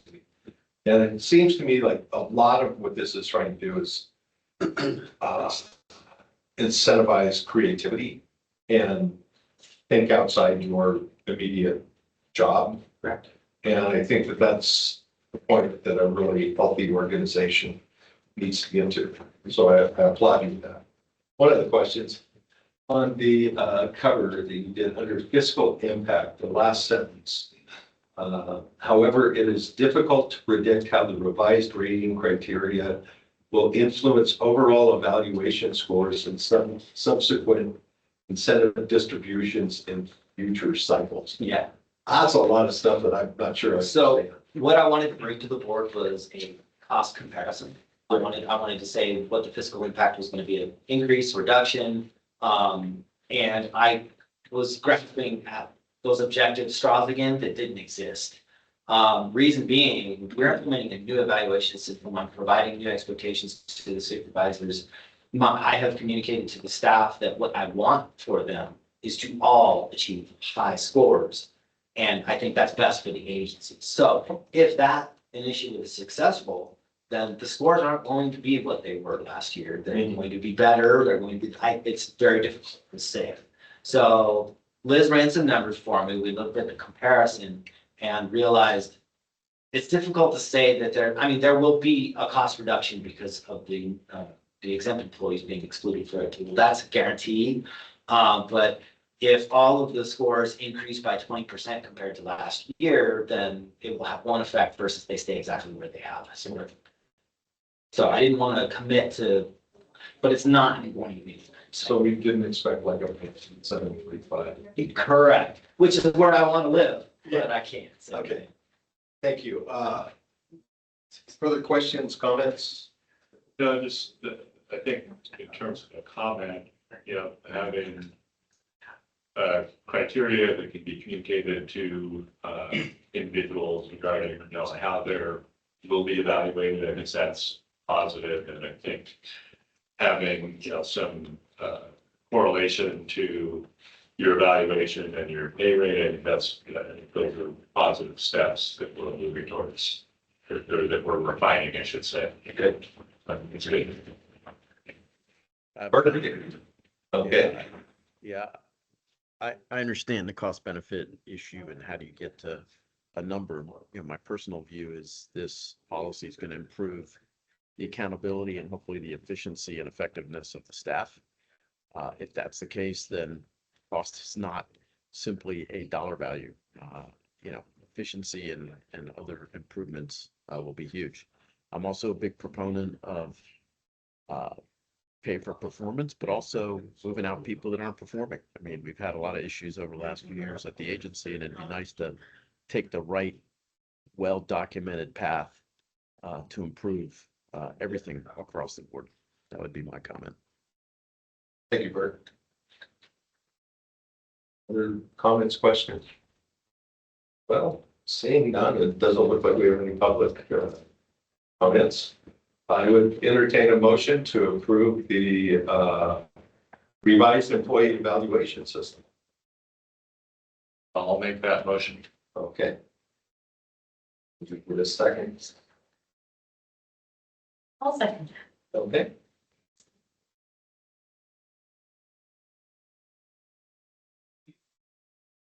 Clement, Yes. Director Cox. Yes. Logan, Yes.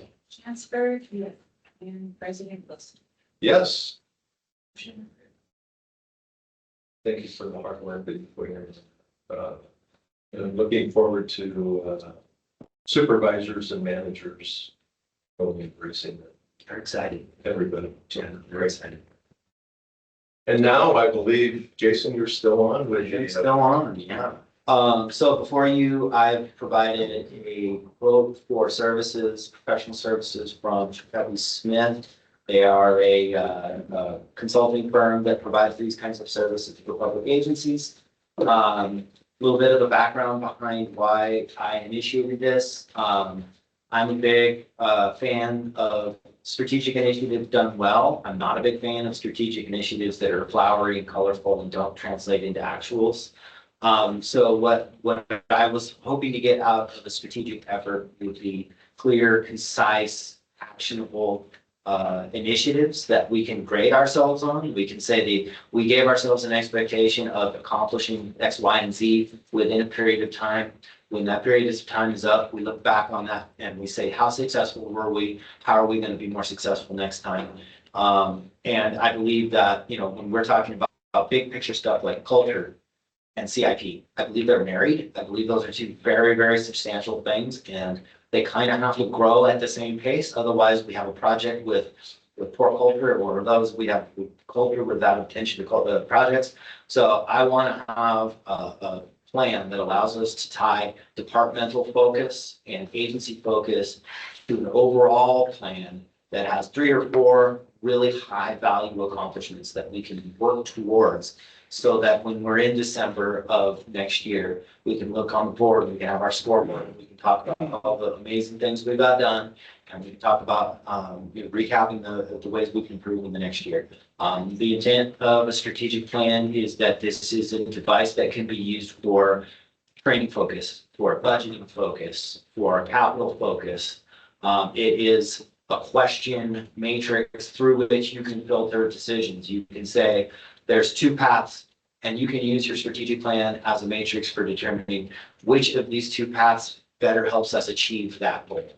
And I think that it solidifies, it provides people with some direction. And again, it has the risk of going off the rails without being very well guided. I've done a lot of research on local plans in the region here. And I feel like I've got kind of a sense for what I like. What this proposal is spelling out from a procedural point of view is myself and executive staff, key staff will meet. We will be guided by the consultant to identify a handful of strategic initiatives, plans, possibilities. The next step will be then questionnaires and interviews with the individual board members. And then there will be an opportunity for a workshop. And the workshop can include whoever we determine based on board feedback, based on executive feedback. We can have a workshop to discuss those things. And what we're hoping is in a relatively short period of time, we're talking weeks, not months, we will have a plan spelled out that we can then use in our budget book to explain some of our decisions, and we can use as a tool for evaluations. I would say that for a supervisor, having something they can specifically point to, you helped the agency achieve this initiative in this way, is like a gift. It's a Christmas gift for them. They would love that. So that's what I'm hoping to get out of the strategic plan. Given some feedback I have with individual board members and some preference of my own, I'm also proposing that we include one of the additional add-ons, which is a board norming workshop is what they call it. But effectively, what I would like to see come out of that is some policies and procedures. We've had a few discussions here and there over the last probably 1.5 years. One of them being, do we have alternates that can serve on our board that can show up and get the information if someone's not available? What does that even look like? Remote attendance, all of these things if the board, and this is all at the board's direction, board directing the board here, this is gonna be, your facilitated opportunity to do this.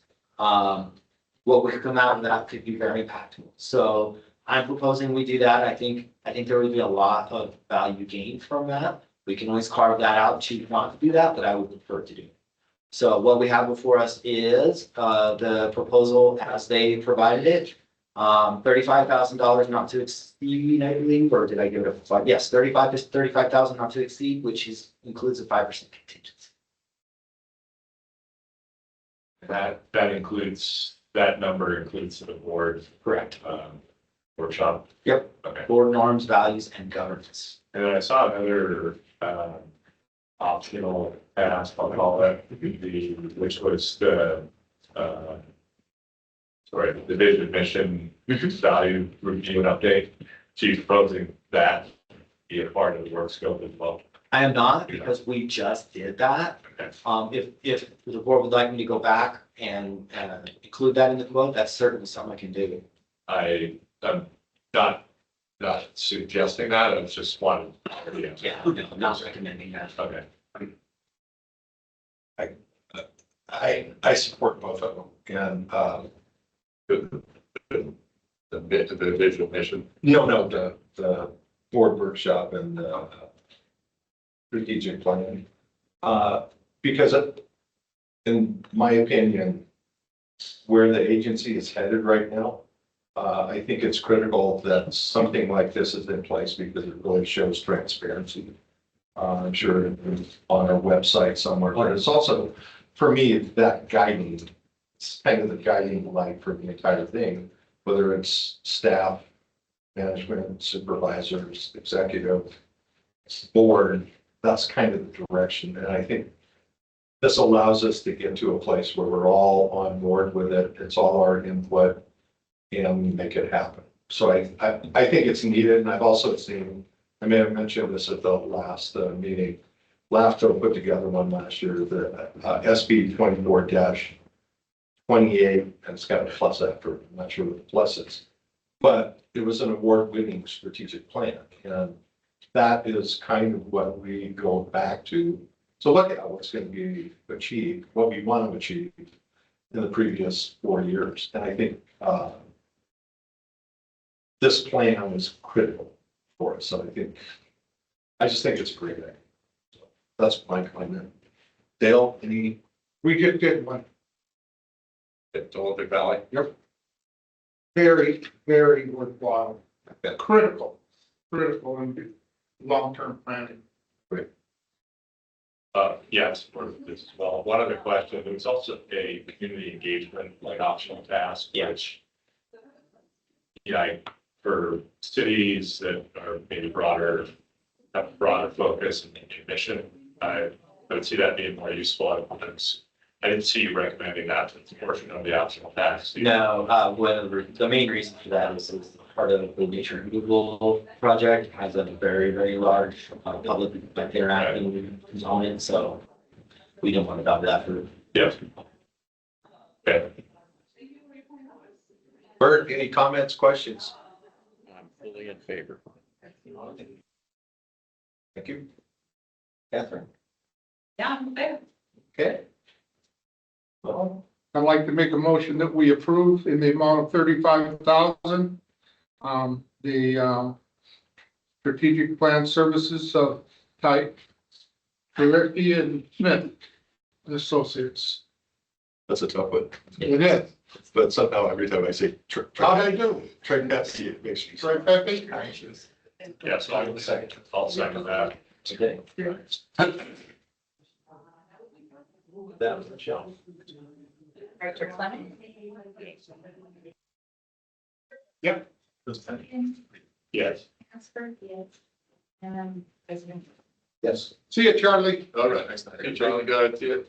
So, just a logistical question. So with the board, workshop component of it, you're going to be trying to set a time with the consultants and with all of us. Yeah. I assume sometime in the next 2 to 3 months, you guys all together. Correct.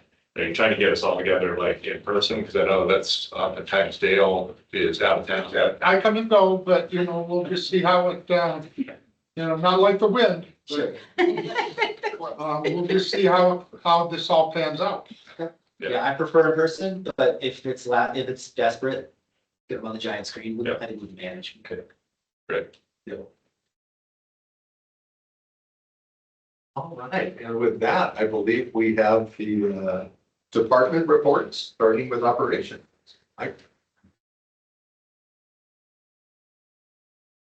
And just a quick heads up with we had a short period, this one of our power failure, and I did not get pictures and some additional attachments in the department reports. Bye. Sorry. For the operations department report last month, all plant discharge requirements were met, which is the most important thing. We worked with maintenance to get the iron sponge back in service. Congratulations to Nate Lyons. He completed plant training, and laboratory,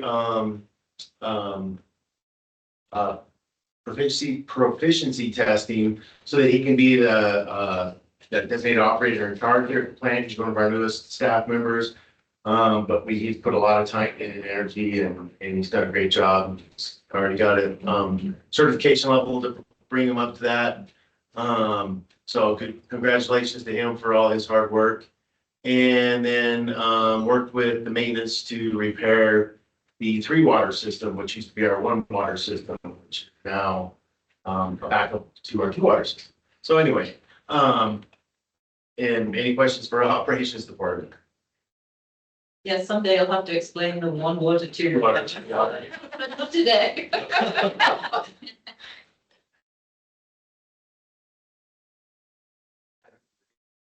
Thank you, Michael.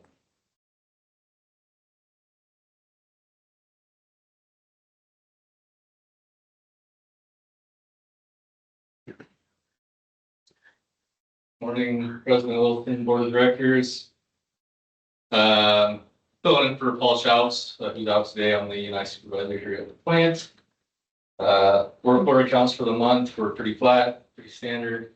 Worked on several projects, digestion improvement project, nutrient removal project, a redundant server project, which we installed and we're currently commissioning, as well as a SCADA upgrade project.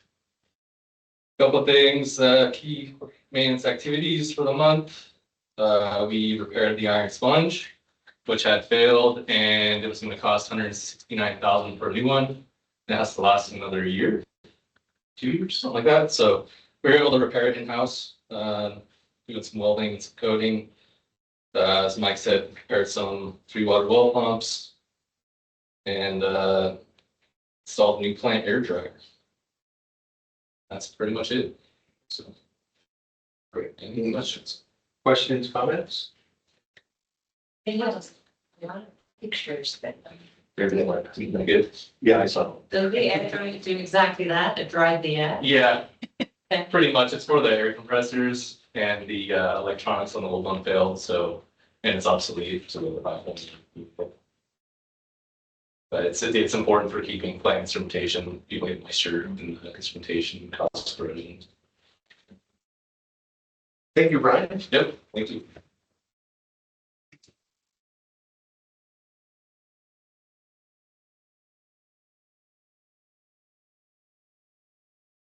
I'm Board of Directors, President Wilson, Scott Lee, senior engineer. Hope everybody's doing well today.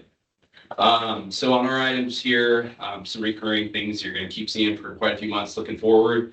Digestion improvements project, continuing to progress toward 60%. This is a substantial milestone deliverable for that project. Anticipating it next week. I assume the schedule's probably dropped out of packet, right? Okay, no worries. So that's due next week, and then we have some workshops planned in January with that consultant, and a comment window period that's approximately 3.5 weeks. With the holidays, we extended it out a bit.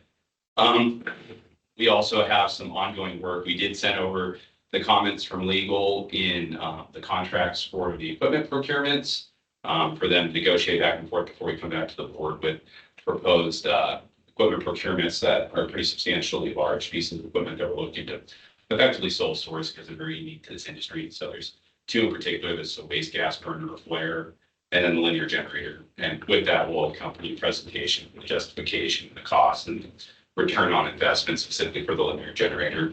And then we're still in development on the construction management RFP.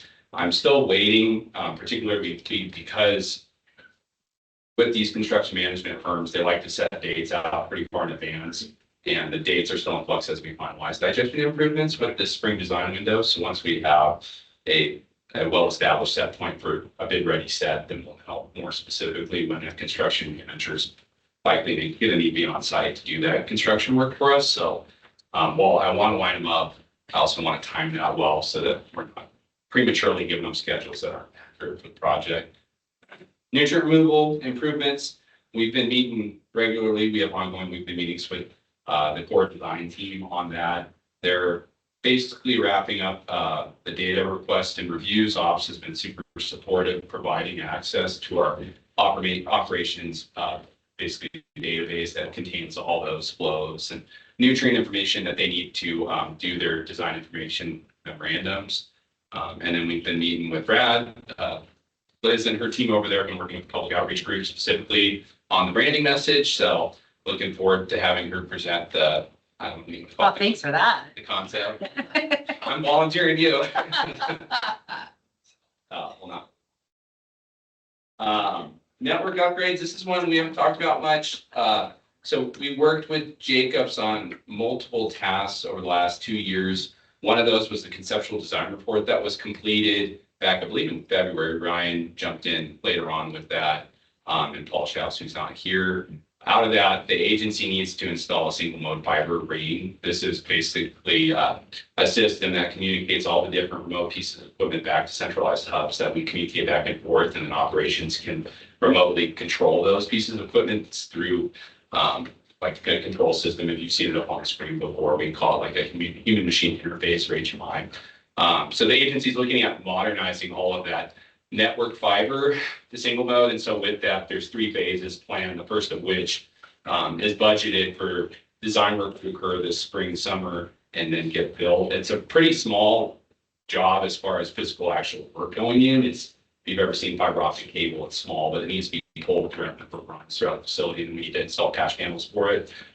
So we're looking to put out and get proposals from a couple of different firms that have qualified to provide those services for design for us for bid ready set. And the next 2 phases will be digestion improvements as a portion of it, and then nutrient removal. Should create that kind of physical ring, if you want to picture it in your mind, for a lot of reasons that we need to do. So working on that, and then as Liz touched on, and so did Jason, the capital improvements plan is finalizing up, and we're looking to get that to you guys here soon now. Lab activities, continued. California Department of Public Health, COVID sampling ongoing, no real cost to the agency. That just is a continuing task for them. They're working on finalizing the ELAP certification renewal package. There's, I think, just 1 or 2 items left that our director was looking at for that. And then they finished up Tykert soil sampling for the year. On the IT side, they had 25 work tickets that were completed, 7 in progress, and 3 new outstanding ones. And then ongoing tasks, as some of your member districts may or may not brought up, they do a monthly roundtable with each of the groups. They implemented DocuSign officially now for the first AP this last 2 weeks, more or less implemented now with some little troubleshooting here and there. The permit portal is the big one. Your member districts have been notified. There is a training scheduled tomorrow with them, available either in person or remote. I think that's right now. I'm looking over the list. Most of the districts are planning on attending remotely. Yes. And that comes on the heels of needing to replace the permit portal due to rate increases, as well as it's on an outstanding and no longer supported system that is secure for our IT group. Ongoing sonic wall firewall security work is monthly recurrence. Network storage upgrade commissioning, secondary internet service provider. They just did fiber work last night, the patch over for the facility for AT&T. So we have a backup. Well, not AT&T, I should say Optimum. Our current existing is AT&T.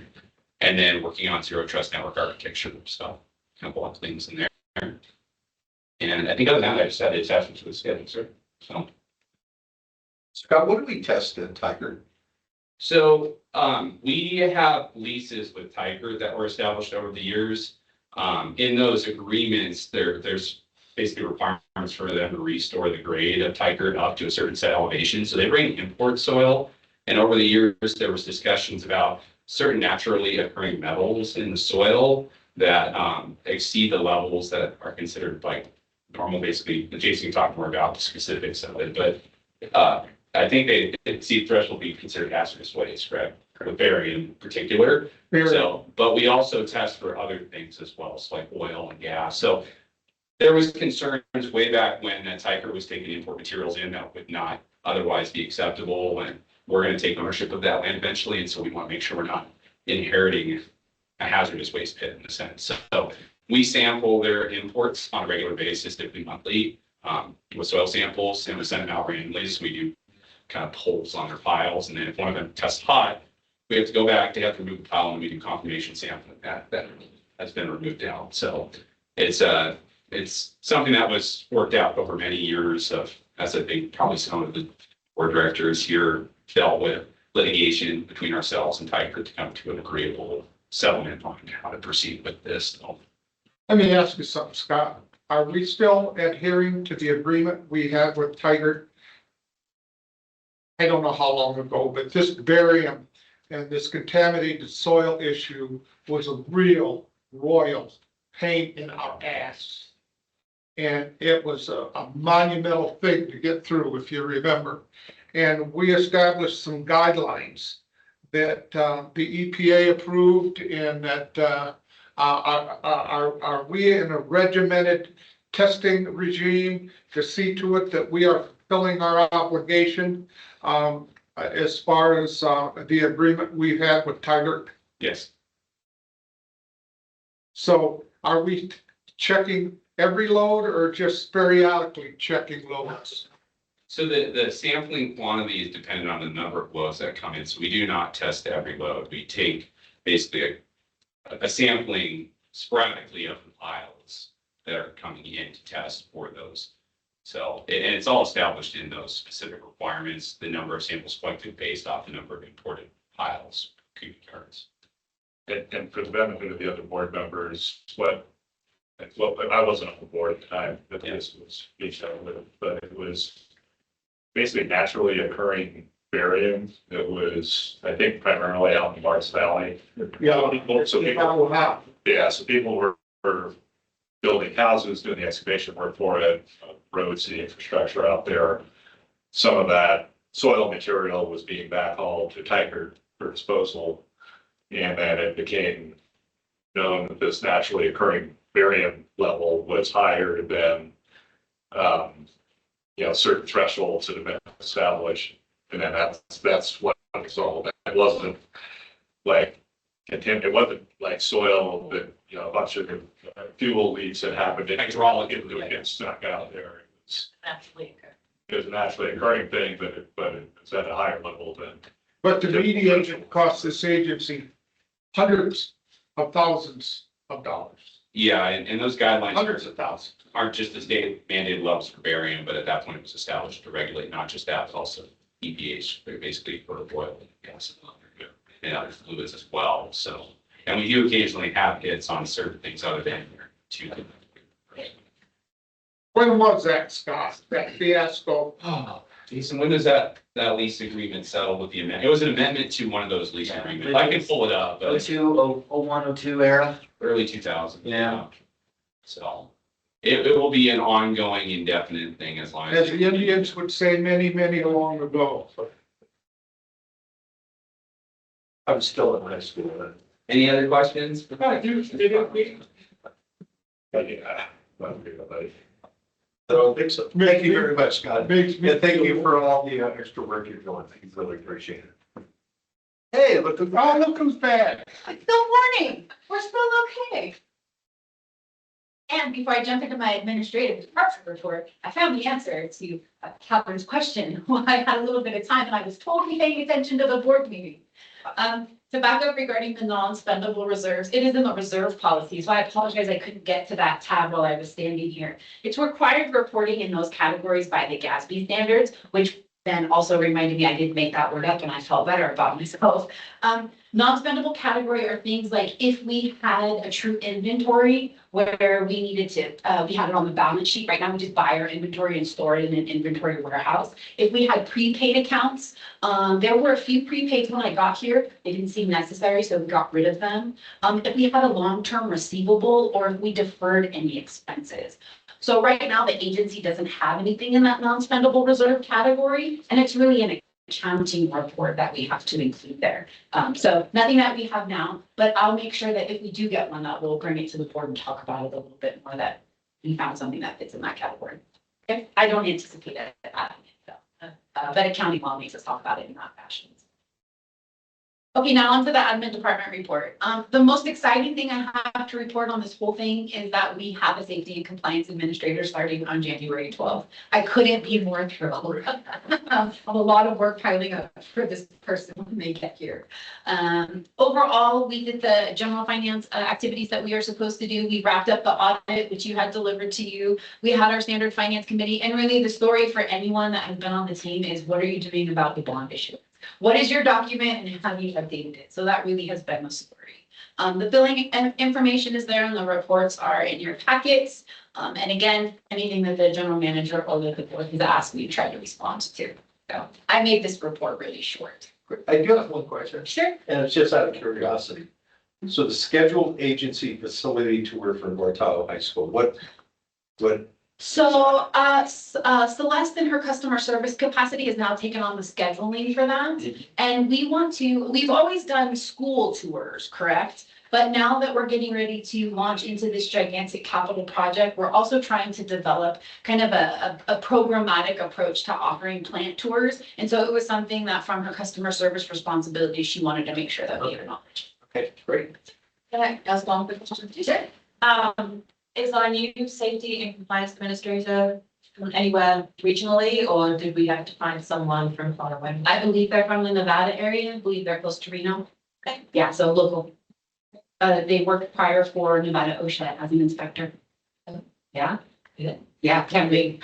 The interview process was a little bit different than what we've done here. For the first round of interviews, I had all of the supervisors that this person would be working for kind of narrow down the candidate pool, if you will. So they sat with 3 different candidates and they passed the top one on, and then all of the managers, including myself, sat in on that second interview. And then there was even a plant tour with Michael and with Paul as well. We could really vet out different scenarios, different experiences. So I'm very excited. Great. Other questions? Thank you. All right, thanks. Again, board. A lot of the stuff on here, in fact, all of it is probably mentioned elsewhere. Being December, end of the year, and I just kind of wanted to give a little shout out for the staff.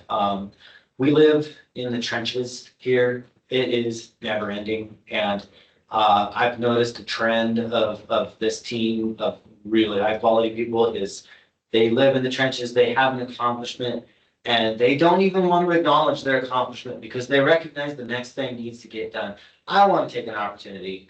This team, all of the teams at the agency, everybody in this agency has been living in the trenches, poking their heads out for 5 seconds at a time and right back to it. And everyone is loving it and embracing it. And that right there is, I want to recognize that because I believe that's the foundation of the culture. I think that's, people want to be really diligent public servants and do a really good job. And I really appreciate that. And, this bond issuance is a very good example. There's been so much work that is so out of people's normal wheelhouse, and everyone has rolled right into it and managed it and just done it with a smile. And everyone's absorbed tremendous levels of stress that we weren't anticipating. And I'm just extraordinarily proud of all the folks here at TTSA. And this is a great way to end the year. So thank you, board. Thank you, management team. Thank you, Rochelle. It's been a great kickoff for me, kind of starting the interim thing in July and then officially in August. And, they're the learning curve. So they have carried me the whole way, and I can't communicate how much I appreciate that. So, and the board, the support, the and communication and the feedback, and it's just been amazing and makes me really, really glad I applied for the job because it's, you don't know what the job is until you're in it, and you guys have made it great. So thank you and Merry Christmas. And if you're available tomorrow, I know you've gotten an invite. We're gonna be having a lunch here and we're gonna be potentially playing some awkward games, which is always amazing. That was awesome. We're just in costume. Not as awkward as usual. I heard karaoke got mentioned, but I don't know if that's gonna, that's rough. That's rough. It might just be a random burst of karaoke and some inflatable outfits. Yeah. Fun will be had. So if you're available, I'd love for you guys to come by and, we're gonna have maybe some past employees and some past board members show up and we'll just get to say hey and relax for a little while and eat some food. So, the other thing I wanted to ask the board really quick, we didn't make an official agenda item because I haven't heard any reason to make it. Board's interest in maintaining the schedule, and continuing with a January board meeting, high, low, indifferent. We're at the top of the hill right now as staff, and to imagine a month off would be fantastic. I don't know if the board agrees or not. That'd be great.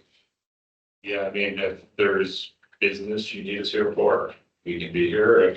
If it helps you all to take a month off from the board meeting and it's not going to interfere with business activity, then yeah, I can forego the $100 paycheck. Yeah. Awesome. Yeah, well, normally we would do it just like before. Yeah.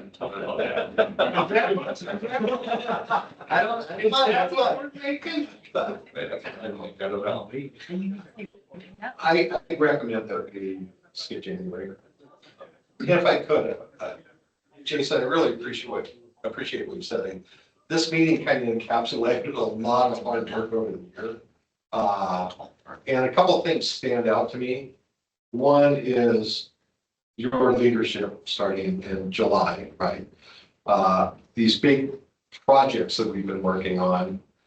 And the other thing that stands out to me is the management team, the supervisors and the staff. It's been a tough year and I think we are really positioned well financially, technologically, and I do believe culturally to move to the next step where we can put together something really special for our communities. And so I really appreciate the hard work and like you said, the positive energy that all of you have put in. It's awesome. It's good to see. So, Raquel, we don't have to vote on the not being here in January, do we? No, we can just stay, agreed to cancel the meeting. Okay. And just a heads up for the other board members, I'm not going to be here in February meeting. Fantastic. If you want to cancel that meeting. Duly noted. Another $100. Duly noted. Bert, any final comments? Yeah, we will keep the finance committee next month, given the bond offering. Yeah, I can report back. If you would like to keep it, we absolutely can. There's no official action that I'll need from them. It'll be a report out on what happened. Right now, we're anticipating going to the market, I think the same day as finance committee. The 13th is the second Tuesday. That's when I think we're going to market. So I might not have an update then. All right, well, let's think about that, because I wouldn't want to miss staying on top of that. Maybe we move it out a week or something. Okay, I'll take a look. Okay, thank you. And with that, let's adjourn the meeting. And thank you all. And Wait a minute, okay, I'm sorry. Interruptions comment here. Oh, Lord. We are well into the planning stage of a new era as agencies existence. It's a big deal. It's a big deal. And I've been trying to stay on the wagon to wrap my arms around and grasp and understand everything that came down the pike or comes down the pike. You know, Stephen, a few meetings ago, sat back, talked to us about the funding mechanisms, about how we're gonna get this money and how, you know, our credit rating is this, and we're in a good position, all of that, and I get it. And I don't need an answer, but one thing that baffles me. And Jason, you and I touched on that on a little sidebar conversation. Is we're homing in on the state revolving loan for our financing mechanism. And I don't understand how we can borrow 200 million from a state that's $500 billion in debt. I don't get it. I don't get it. Do they have a printing press? State. Here you go. I mean, hello? Where's it gonna come from? Do we have a backup plan? Oh, yeah. I hope so, because we, a couple of months ago, we spent 19.7 with Carrillo for plans and specs. And I'm sitting back saying, wow, man, we're charging forward, we're gonna make this happen. I think if SRF isn't available, $500 billion is a lot of dough, boys and girls. I mean, I think if SRF isn't available, then our backup plan is gonna be municipal law again. I like my egg plan better. I'll make sure there's an egg in the chart when we bring it from Corolla. But anyway, you know, that's, you know, like I say, this is exciting time. And I'm happy to be part of the decision-making mechanism that moves this forward. Because I've been dealing with TTSA since the mid-70s. And this is a big deal. And you know what, I crawl around on these people's houses to make a living. It's still a little bit out of my wheelhouse. But I'm trying to stay on board here and be optimistic and be positive about how this is all gonna take shape. But Duly noted, thank you. I don't know where the money's gonna come from. For Dale, 80% of SRF money comes from the federal government. California matches the 20% of it. But, you know, I get it.